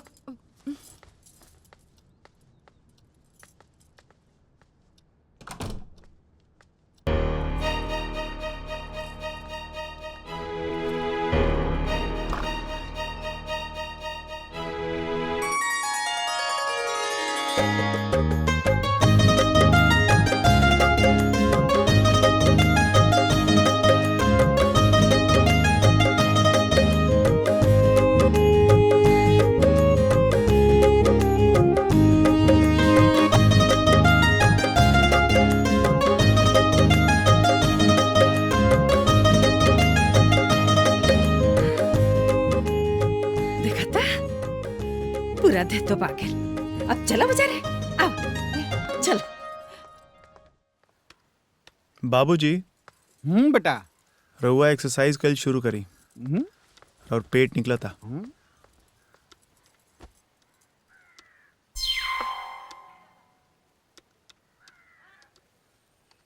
ए हटी, दे भक भक बसाता राम जी।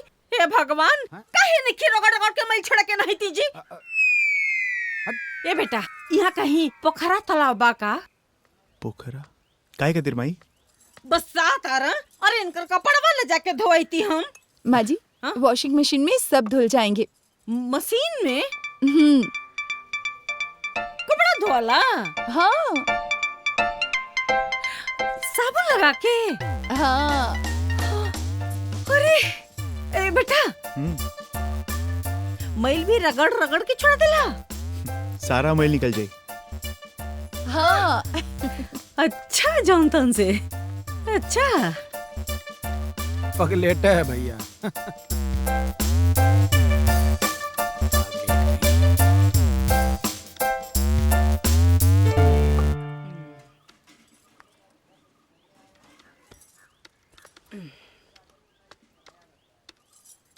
सुनी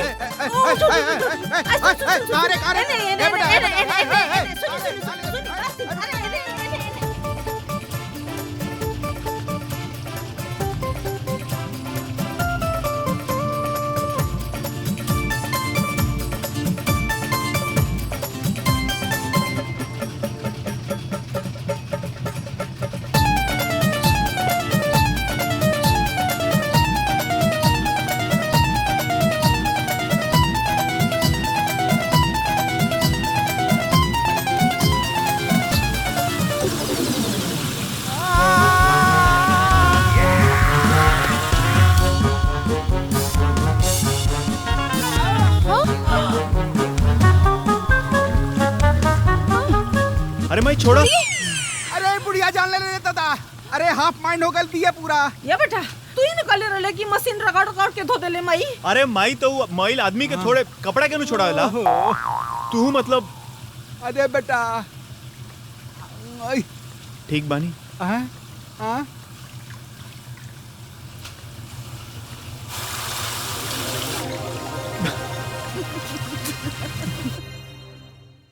माई हाँ बेटा आज शाम के बाहर जाके खाना खाए ठीक बा? तैयार रहिए। अच्छा।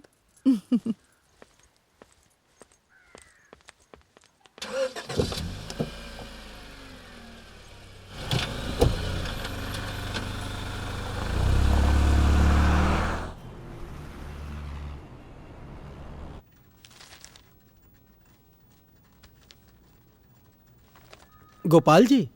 जी? मेरे बच्चे की तबीयत बहुत खराब है, अर्जेंटली मुझे हॉस्पिटल जाना पड़ेगा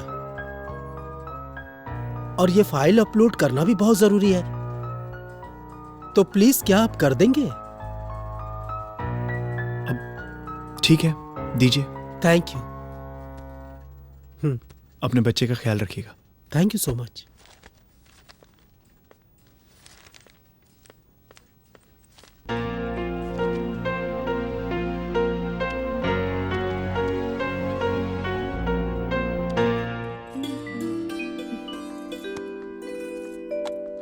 क्या लगावा था दुल्हन? माँ जी ये क्रीम है, चेहरे पर लगाने से चेहरा चमकता है। आप भी लगाइए ना, बाबूजी को बहुत अच्छा लगेगा। जब जवानी में ना लगोली तो बढ़ोती में क्या लगाई जोन तुमसे? कब चल के भाई ये बतावा? देखिए ना अभी तक फोन ही नहीं आया। और तो तुम कोला? अरे जवन तवन से।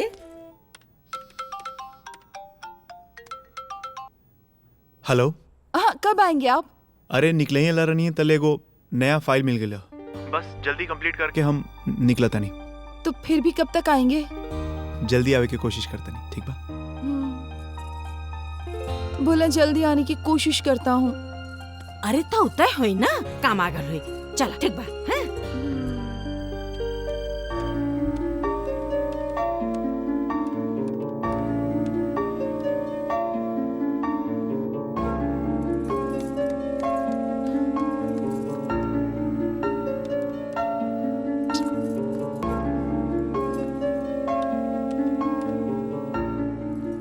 काबल दुल्हन फोन आया लोकर?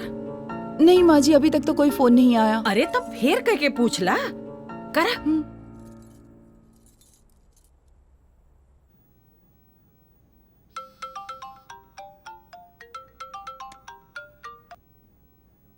हेलो। निकले के नहीं? अभी तक तो ऑफिस में बानी। कब तक आएंगे? जल्दी आवे की कोशिश करते नहीं। फिर से वही बात, कोशिश करता हूँ जल्दी आने की।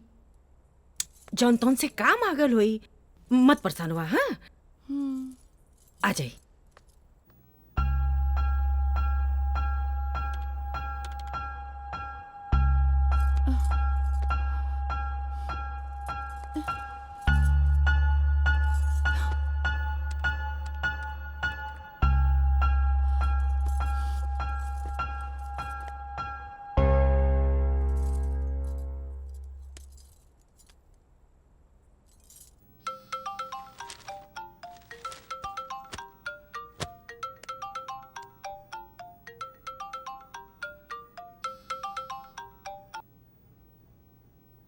हेलो। हाँ कब आएंगे? अभी तक तो ऑफिस में ही बानी। काम बहुत ज्यादा बा। हाँ लेट भी बहुत हो गइल बा। सारा रेस्टोरेंट बंद हो गइल होगी। आज के प्लान कैंसिल कर देवे के काल चलल जाई। ठीक है।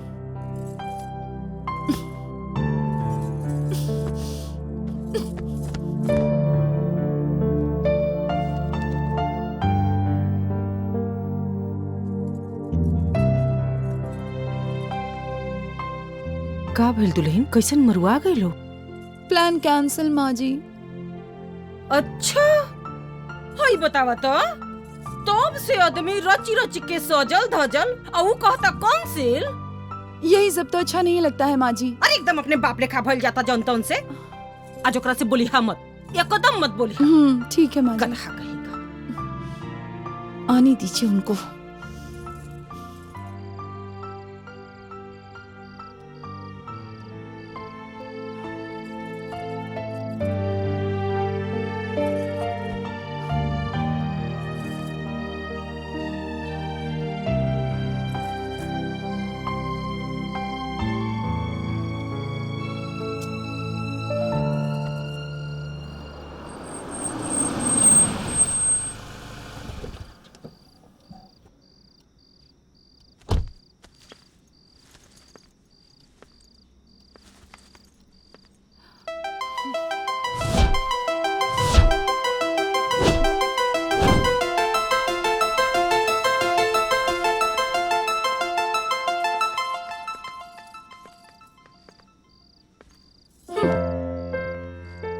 सॉरी ऑफिस में इम्पोर्टेंट काम आ गइल रहे।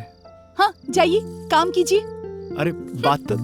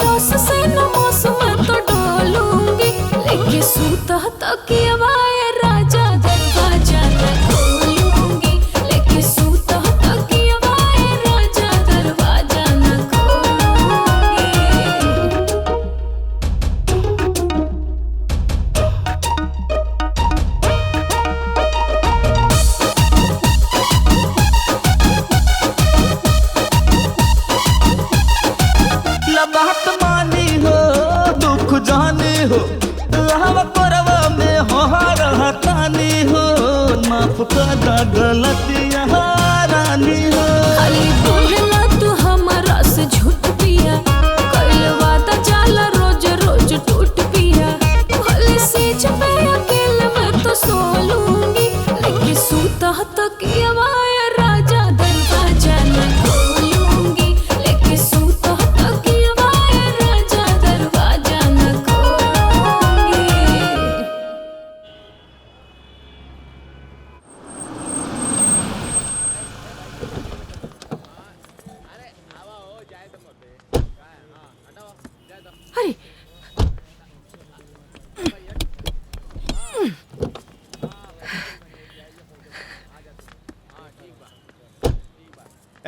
रुका रुका, कहाँ जाता रू? हे, हैं? माँ है मेरी, आओ माई, चलो। अच्छा अच्छा जाई। कैसन लोग भाई, लड़का पढ़ल लिखल और माँ इतना बौक, कम से कम इतना तो सोचे के चाहिए कि जाई कि ना जाई।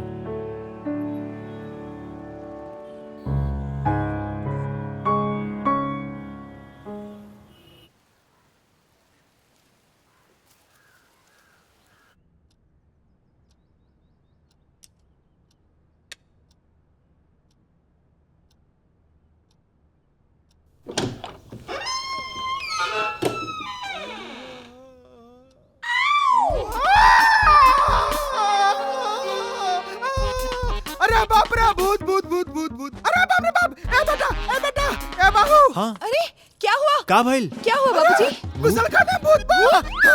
अरे का कहता अरे नहीं? ओकर उज्जर उज्जर मुंह बा, उज्जर उज्जर। घर पे भूत कहाँ से आई? भूत है?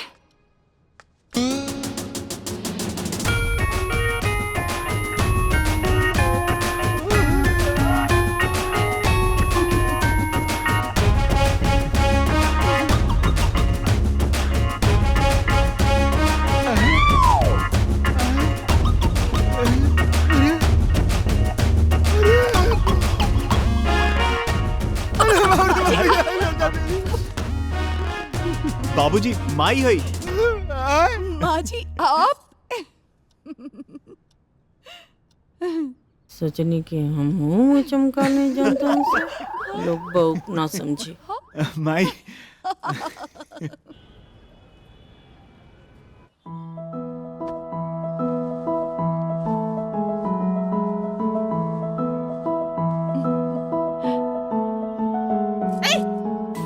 कुछ नहीं होगा।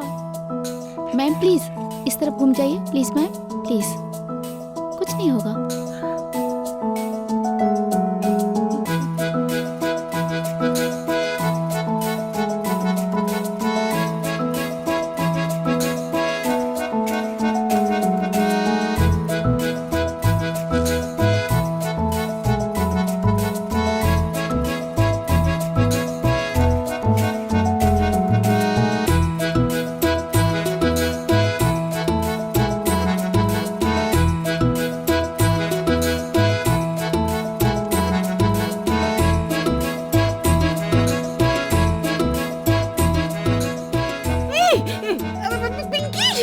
माँ जी आराम से, कुछ नहीं होगा।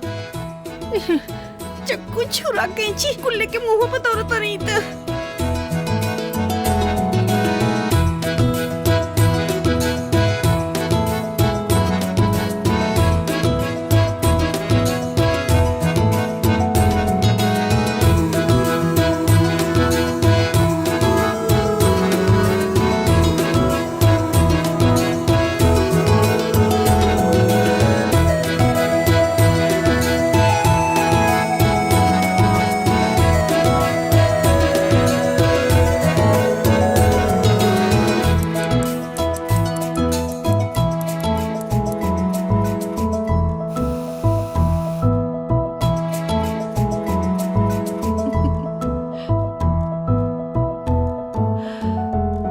वाह सासू जी, नंबर 1।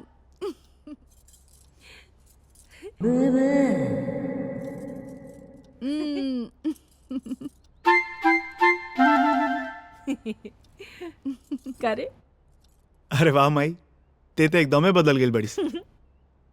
आखिर सास किसकी है? कहा न कि अब बच्चा जिंदगी भर तक गाँव में रहली जौन तौन से, हमरा के कुल के बारे में का पता जौन तौन से। जैसन समाज रहे वैसन रहे की चाहिए कि ना चाहिए कि। देख ले करे जा पर सांप लौटे लगल इनके। आय एकदम बेशरम हो गल बड़ा का हो बेटा, बाप तो क्या गई कुल का करता रहा हैं? यही से तो सजले छोड़ देली। जनता ने दुल्हन गाँव ने आयल रहली, एक हाली तो बोरिन लगौली मुहे में।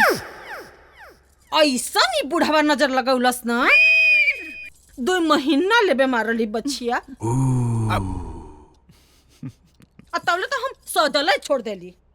जय बा।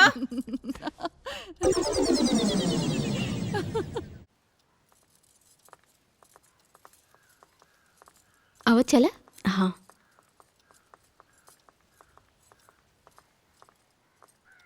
पिंकी, ए पिंकी। अरे तुम लोग, आज मेरे बेटे का बर्थडे है, तुम शाम को पूरी फैमिली के साथ जरूर आना। हाँ जरूर आएंगे। अरे आओ अंदर। ना ना पिंकी। हाँ अरे वो लोग के अंदर लेके आवा। अरे जुंदन से आवा, लोग बैठा ना। आओ आओ चलो बैठा। आओ बैठ जा। माँ जी मैं चाय बनाकर लाती हूँ। अरे ये जुंदन से तो हर सहेली तू बैठ के बात करा, हम चाय बनावता नहीं। जा।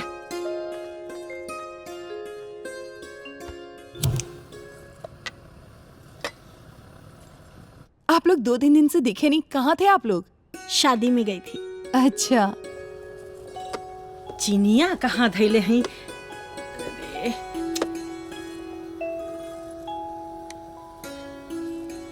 पिंकी यार, तुम तो बहुत लकी हो। क्यों? तुम्हारी सास कितनी बदल गई हैं, एकदम सीधी हो गई हैं। अरे नहीं नहीं, वो तो जलेबी की तरह टेढ़ी थी, लेकिन मैंने उन्हें सुधार दिया।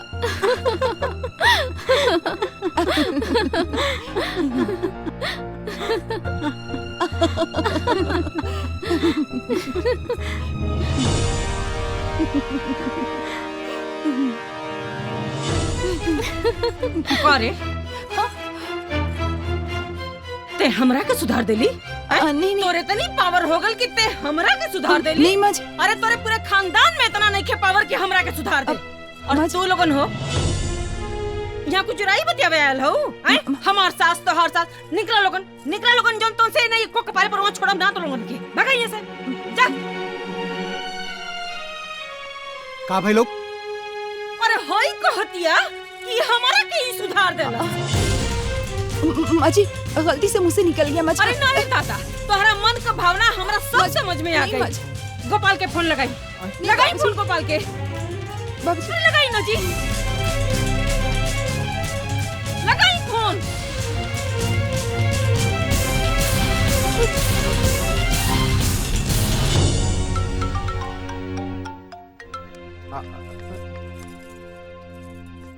हेलो गोपाल। हाँ भाई। हमार बात ध्यान से सुन। हमार काल टिकट तू कराओ ट्रेन का। तोरे मेहरारू के संगे हमके 1 सेकंड नहीं रह के। अरे कह दिया कि हमारा के सुधार देलस रे। माई जायदा ना। रुको चुप रही, यहाँ रह के बार हुआ के तो रही, बाकी हमरा के यहाँ नहीं रह के। अरे माई हमारी बात तो सुन, छोट मोट बात पे ऐसे ना किसी एक टाइम। छोट बात? तोरा के छोट बात लगता रे। हमार काल के टिकट कराओ, नहीं तो घर से हम काल निकल जाए। बस हमरा के यहाँ से जाए के बाद सुन। माई पकड़ी माँ जी, माँ जी।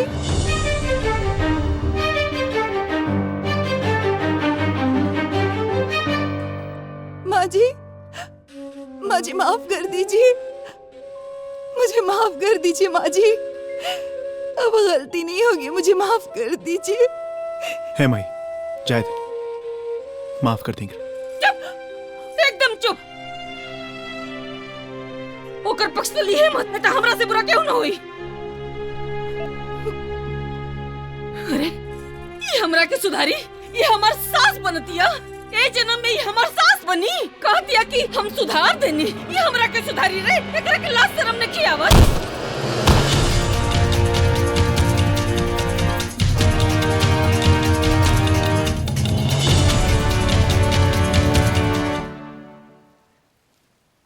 कोई प्रॉब्लम नहीं है, एकदम फिट है। आप लोग जरा उनका ध्यान रखिएगा क्योंकि वो माँ बनने वाली हैं। हाँ। मैं चलता हूँ। Thank you doctor. जी जी।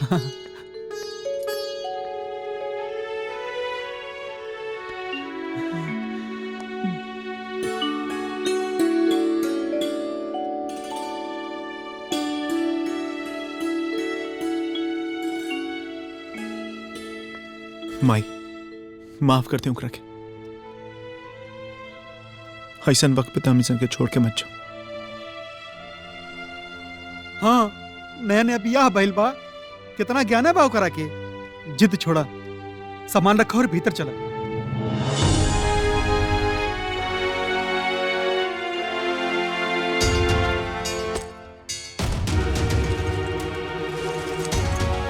माई,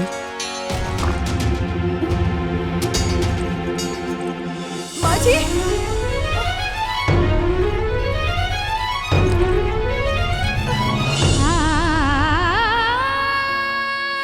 माँ जी मत जाइए,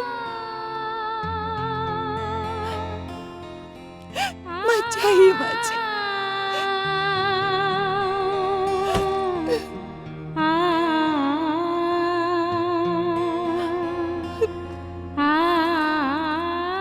सुन, तै जी चाहे मर, हमरा के कोनो फर्क नहीं। मत बुझे कि जौन तौन से हम तोरा खाते रुकता नहीं। तोरा पेट में जौन हमरा बेटा का निशानी पला था ना, हम ओकरा खाते रुकता नहीं। गोपाल, इनकरा खातिर काजू, किशमिश, बादाम, छोहाड़ा और गाय के 2 किलो दूध को उठौना लगा था।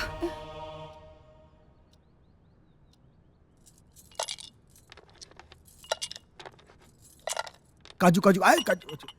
अरे डाला तानी, कूल डाला तानी, काहे पगला जाता नहीं। लेकिन एक बात सुन ली कान खोल के, हम कुल जौन करतानी ना, अपना खानदान के चिराग खातिर करतानी। वही के इंतजार में जौन कुछ भी करवा ले रहे सबे। बाकी ओकरा बात तो इनके बाहर के फेंकब।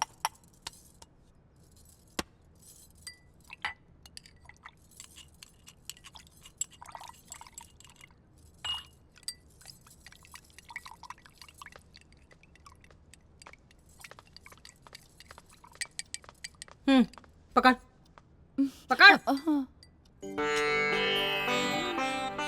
एको बूंद गिरे की ना चाहिए, नहीं तो बता दे हम। एक बार बच्चा हो जाओ, उसके बाद मरा चाहे जिया, हमरा के कुछ लेवा देवे के नहीं खेई। हाँ, अरे ठीक ढंग से बोला। ठीक है, ढंग से बोला तानी। और रुआ ढेर पुटर पुटर मत करी, नहीं तो रुआ को उपाय लगाए तो बता देता नहीं। पी।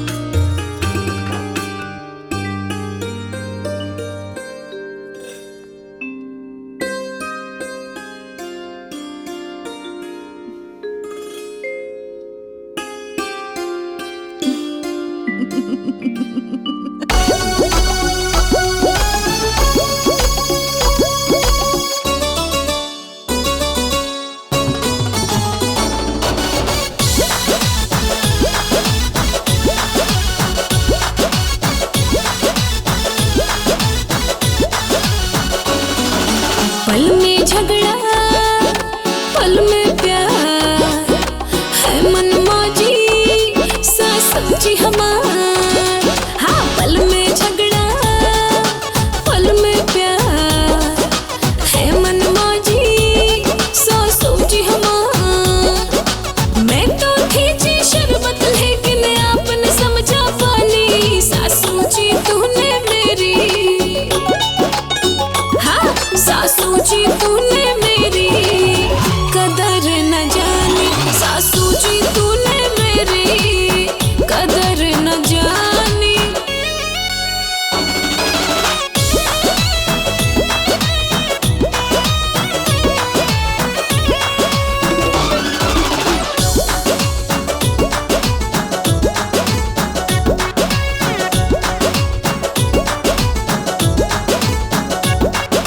तरमस हरदम चलता रहता आपका, अजी हरदम आपका। जब देखो डांट का फौरन चलता रहता आपका, अजी हरदम आपका। ईगो का बैलून जो भड़का, गुस्से में भी प्यार का तड़का, कभी न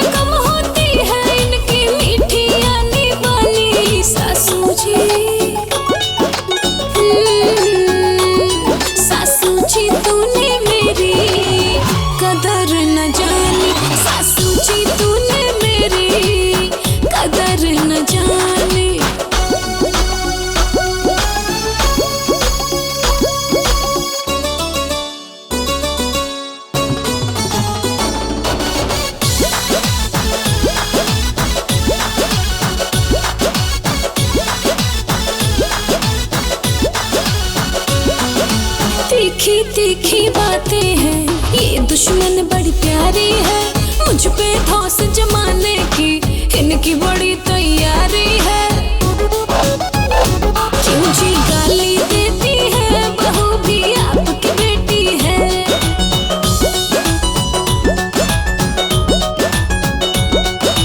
बहू को भी बेटी समझो ना होगी कोई हाली। सासू जी सासू जी तूने मेरी कदर न जानी, सासू जी तूने मेरी कदर न जानी।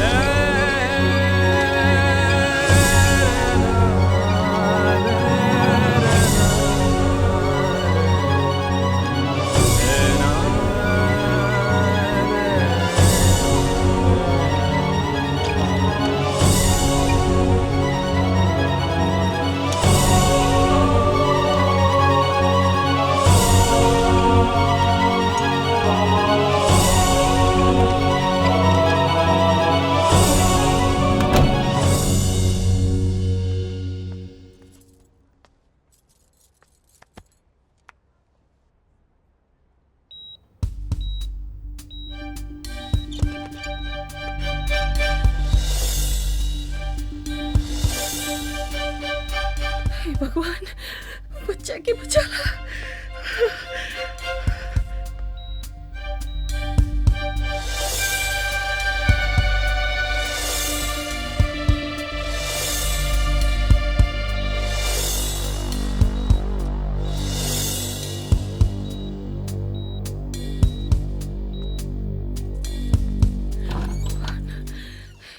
एक्सक्यूज मी, ठीक हो जाए सब अच्छा। पेशेंट की हालत क्रिटिकल है, मैं दोनों में से किसी एक को ही बचा सकता हूँ।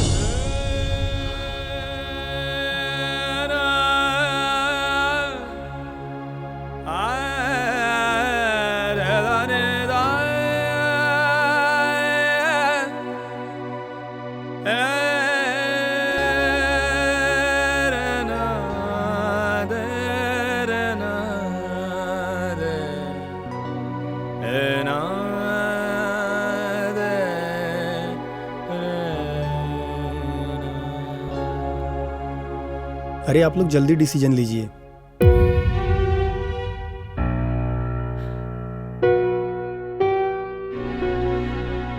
डॉक्टर साहब हमारे पतोह की बचा ले।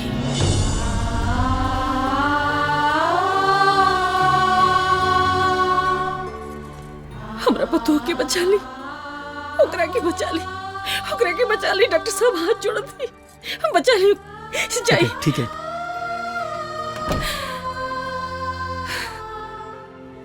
कारे पागल, तू का समझ ले, वो हमरे घर का लक्ष्मी है बेटा। और हम भले पद में सास ही जी, लेकिन हमरो अंदर तो एक ठे माँ का दिल है। ठीक हो जाए,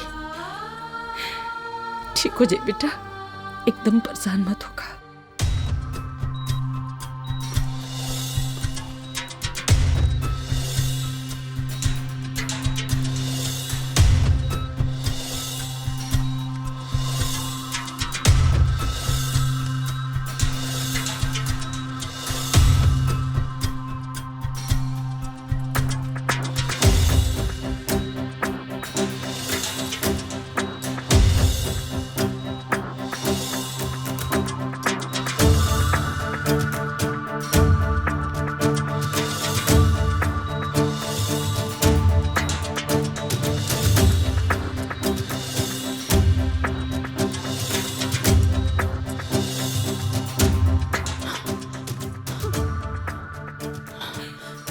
पिंकी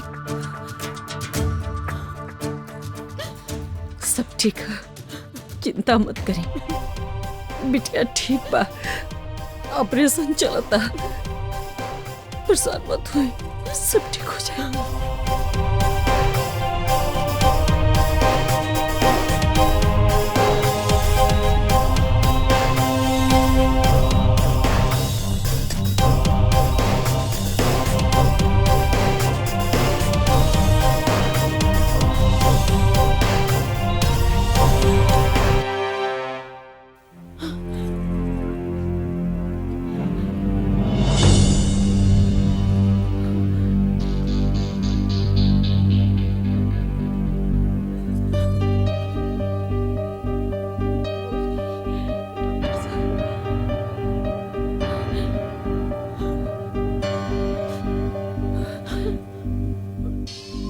डॉक्टर साहब, माँ और बच्चा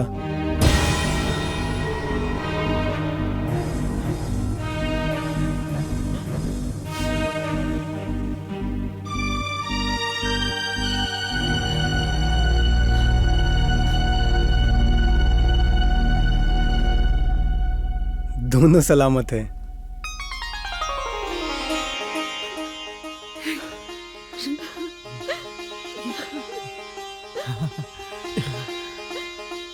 हे भगवान, बहुत बहुत बहुत धन्यवाद डॉक्टर साहब। अब आप लोग मिल सकते हैं, जाइए। चल चल चल, वाह।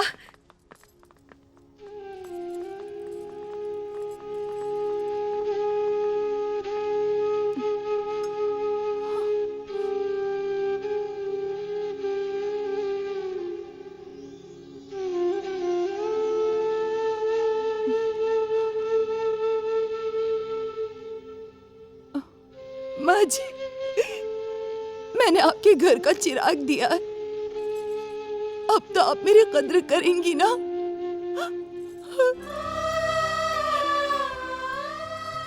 कदर ना है बिटिया, तू तो पूजा करे लग बाड़ू।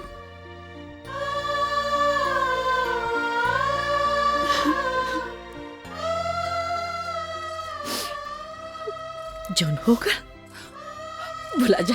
हाँ? सुन, जोन तुमसे एक बात कही,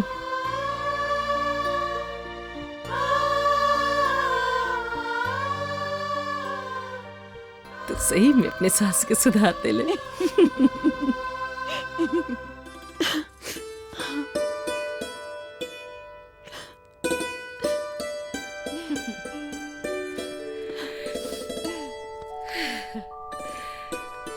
सुनिए दादी जी, हम ओ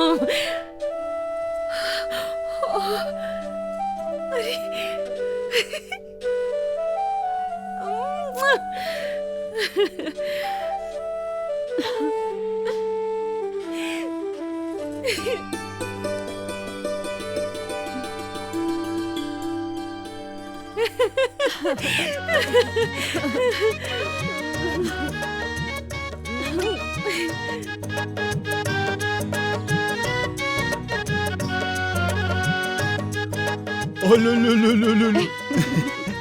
अच्छा एगो बात बतावा, ये चिकुआ हिंदी बोली की भोजपुरी? ई तो पूरा भोजपुरी बोली जी।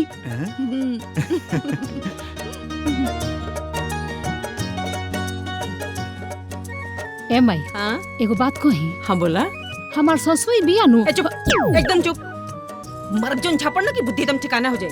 करे यहाँ हमार खुशी से करेजा फटता, अतः हमारे काने में बीस करता रही जनता उनसे। जाके चुपचाप सास का सेवा करे के बाद, बुझाइल? ठीक बा। हाँ।